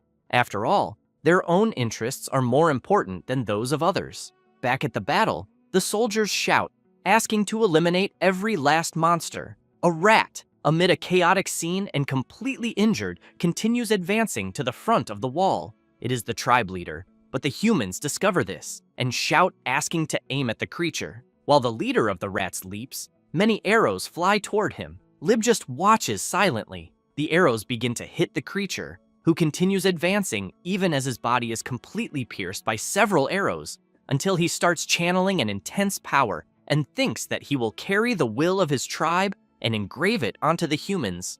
His body begins to release an incredible amount of lightning, which leaves the knight Ares frightened, thinking this cannot be happening. Then he shouts for the soldiers to retreat immediately because the leader is going to self-destruct. The power grows more intense, and the leader thinks that this will be for peace. However, Lib draws her sword and unleashes her light sword dance ability on the creature, preventing him from reaching the wall. The leader cannot believe he did not have time to get closer, and then a huge explosion happens at the spot, and the noise echoes all the way to where the MC's group is, who quickly want to know if they heard the tremendous sound. Jihoon says that the chief of the rat tribe is a bomb rat called a suicide rat, and then recalls that the bomb rats of the 6th wave were relatively easy difficulty and that a rank S knight could handle it, and that even if the self-destruction succeeded, it would only damage the walls. But he wonders if, even knowing they would die in the attack, they wanted to show the pain they felt. Then he gets nervous and remembers when Lord Tar said that most of those in Warren Village were women and children, people who had never truly fought, and that later Tor also explained why there were no strong beastmen in the village, because they had gone to the kingdom swearing vengeance. Thus, he reflects that until then, he had not realized that the monster attacked, and that when he arrived there, he heard the king asking him to become the legendary knight because the kingdom was currently in crisis, and monsters were invading from all directions, and the kingdom was fighting to stop them. He also remembers Baelish Jordia saying there was nothing to worry about because he would just need to do what he was told. so he knows it was because of human greed, and that if he had accepted such a proposal, he thinks he would have taken part in massacres like the one he is witnessing to protect that hypocritical kingdom. Then, he takes a deep breath and concludes that he truly feels more at ease after reflecting on this. However, he keeps in mind that even though his faction has changed, he is human, just like a certain person. He also remembers the system warning that the final goal of the monster faction is to destroy the human faction, and, thinking of his mother, he knows he will also move for his own benefit. Therefore, he calls Rhea and Rain and comments that he had not yet told them his reason for wanting to find the lizard tribe. Then he says it is because he wants to gather them to increase his power, and that the waves of monsters heading toward the kingdom, their true identity, were massacring humans indiscriminately. He also emphasizes that if they do nothing, the massacres will only end after killing all the monsters there, and that is why his purpose is to overthrow the kingdom before all the monsters disappear. But for that, he stresses that he needs everyone's strength. Jihoon thinks that he does not know how a certain person will react to this, but that overthrowing the human faction is the path for all. Rhea comments that she could feel that his hostility toward humans was no different from theirs, and when she witnessed the MC shouting that he would not give up to the bandit chief, and when he also said that he would gather the lizard tribe to overthrow the human faction, she knew his will was sincere, because everyone in Warren saw their families eliminated and friends dying before their eyes by humans. She also knew that they did not have the power to resist, but the MC led them to victory against those enemies, and Warren Village was protected. Therefore, Rhea emphasizes that if the way to restore peace for everyone is to overthrow the kingdom, she makes it clear that she will be happy to help him. Jihoon is impressed to hear that until Rain raises her hand, and a little embarrassed says that she also wants to help, but then lowers her head and says that her parents died trying to save her brother and her, and that her only brother also went to join her parents recently. Then she explains that because she thinks beast rabbits are weak, and because they are the most fragile race, she thought the MC could not be helped. But when she saw the MC land a tremendous punch on the evil human that day, she was so happy that she decided to follow him. Rain ends up embarrassed and continues saying that she probably thinks she will not help much, but she is interrupted and becomes very surprised to hear the MC thanking her. Jihoon thinks that everyone who is with him in this has the same purpose for different reasons.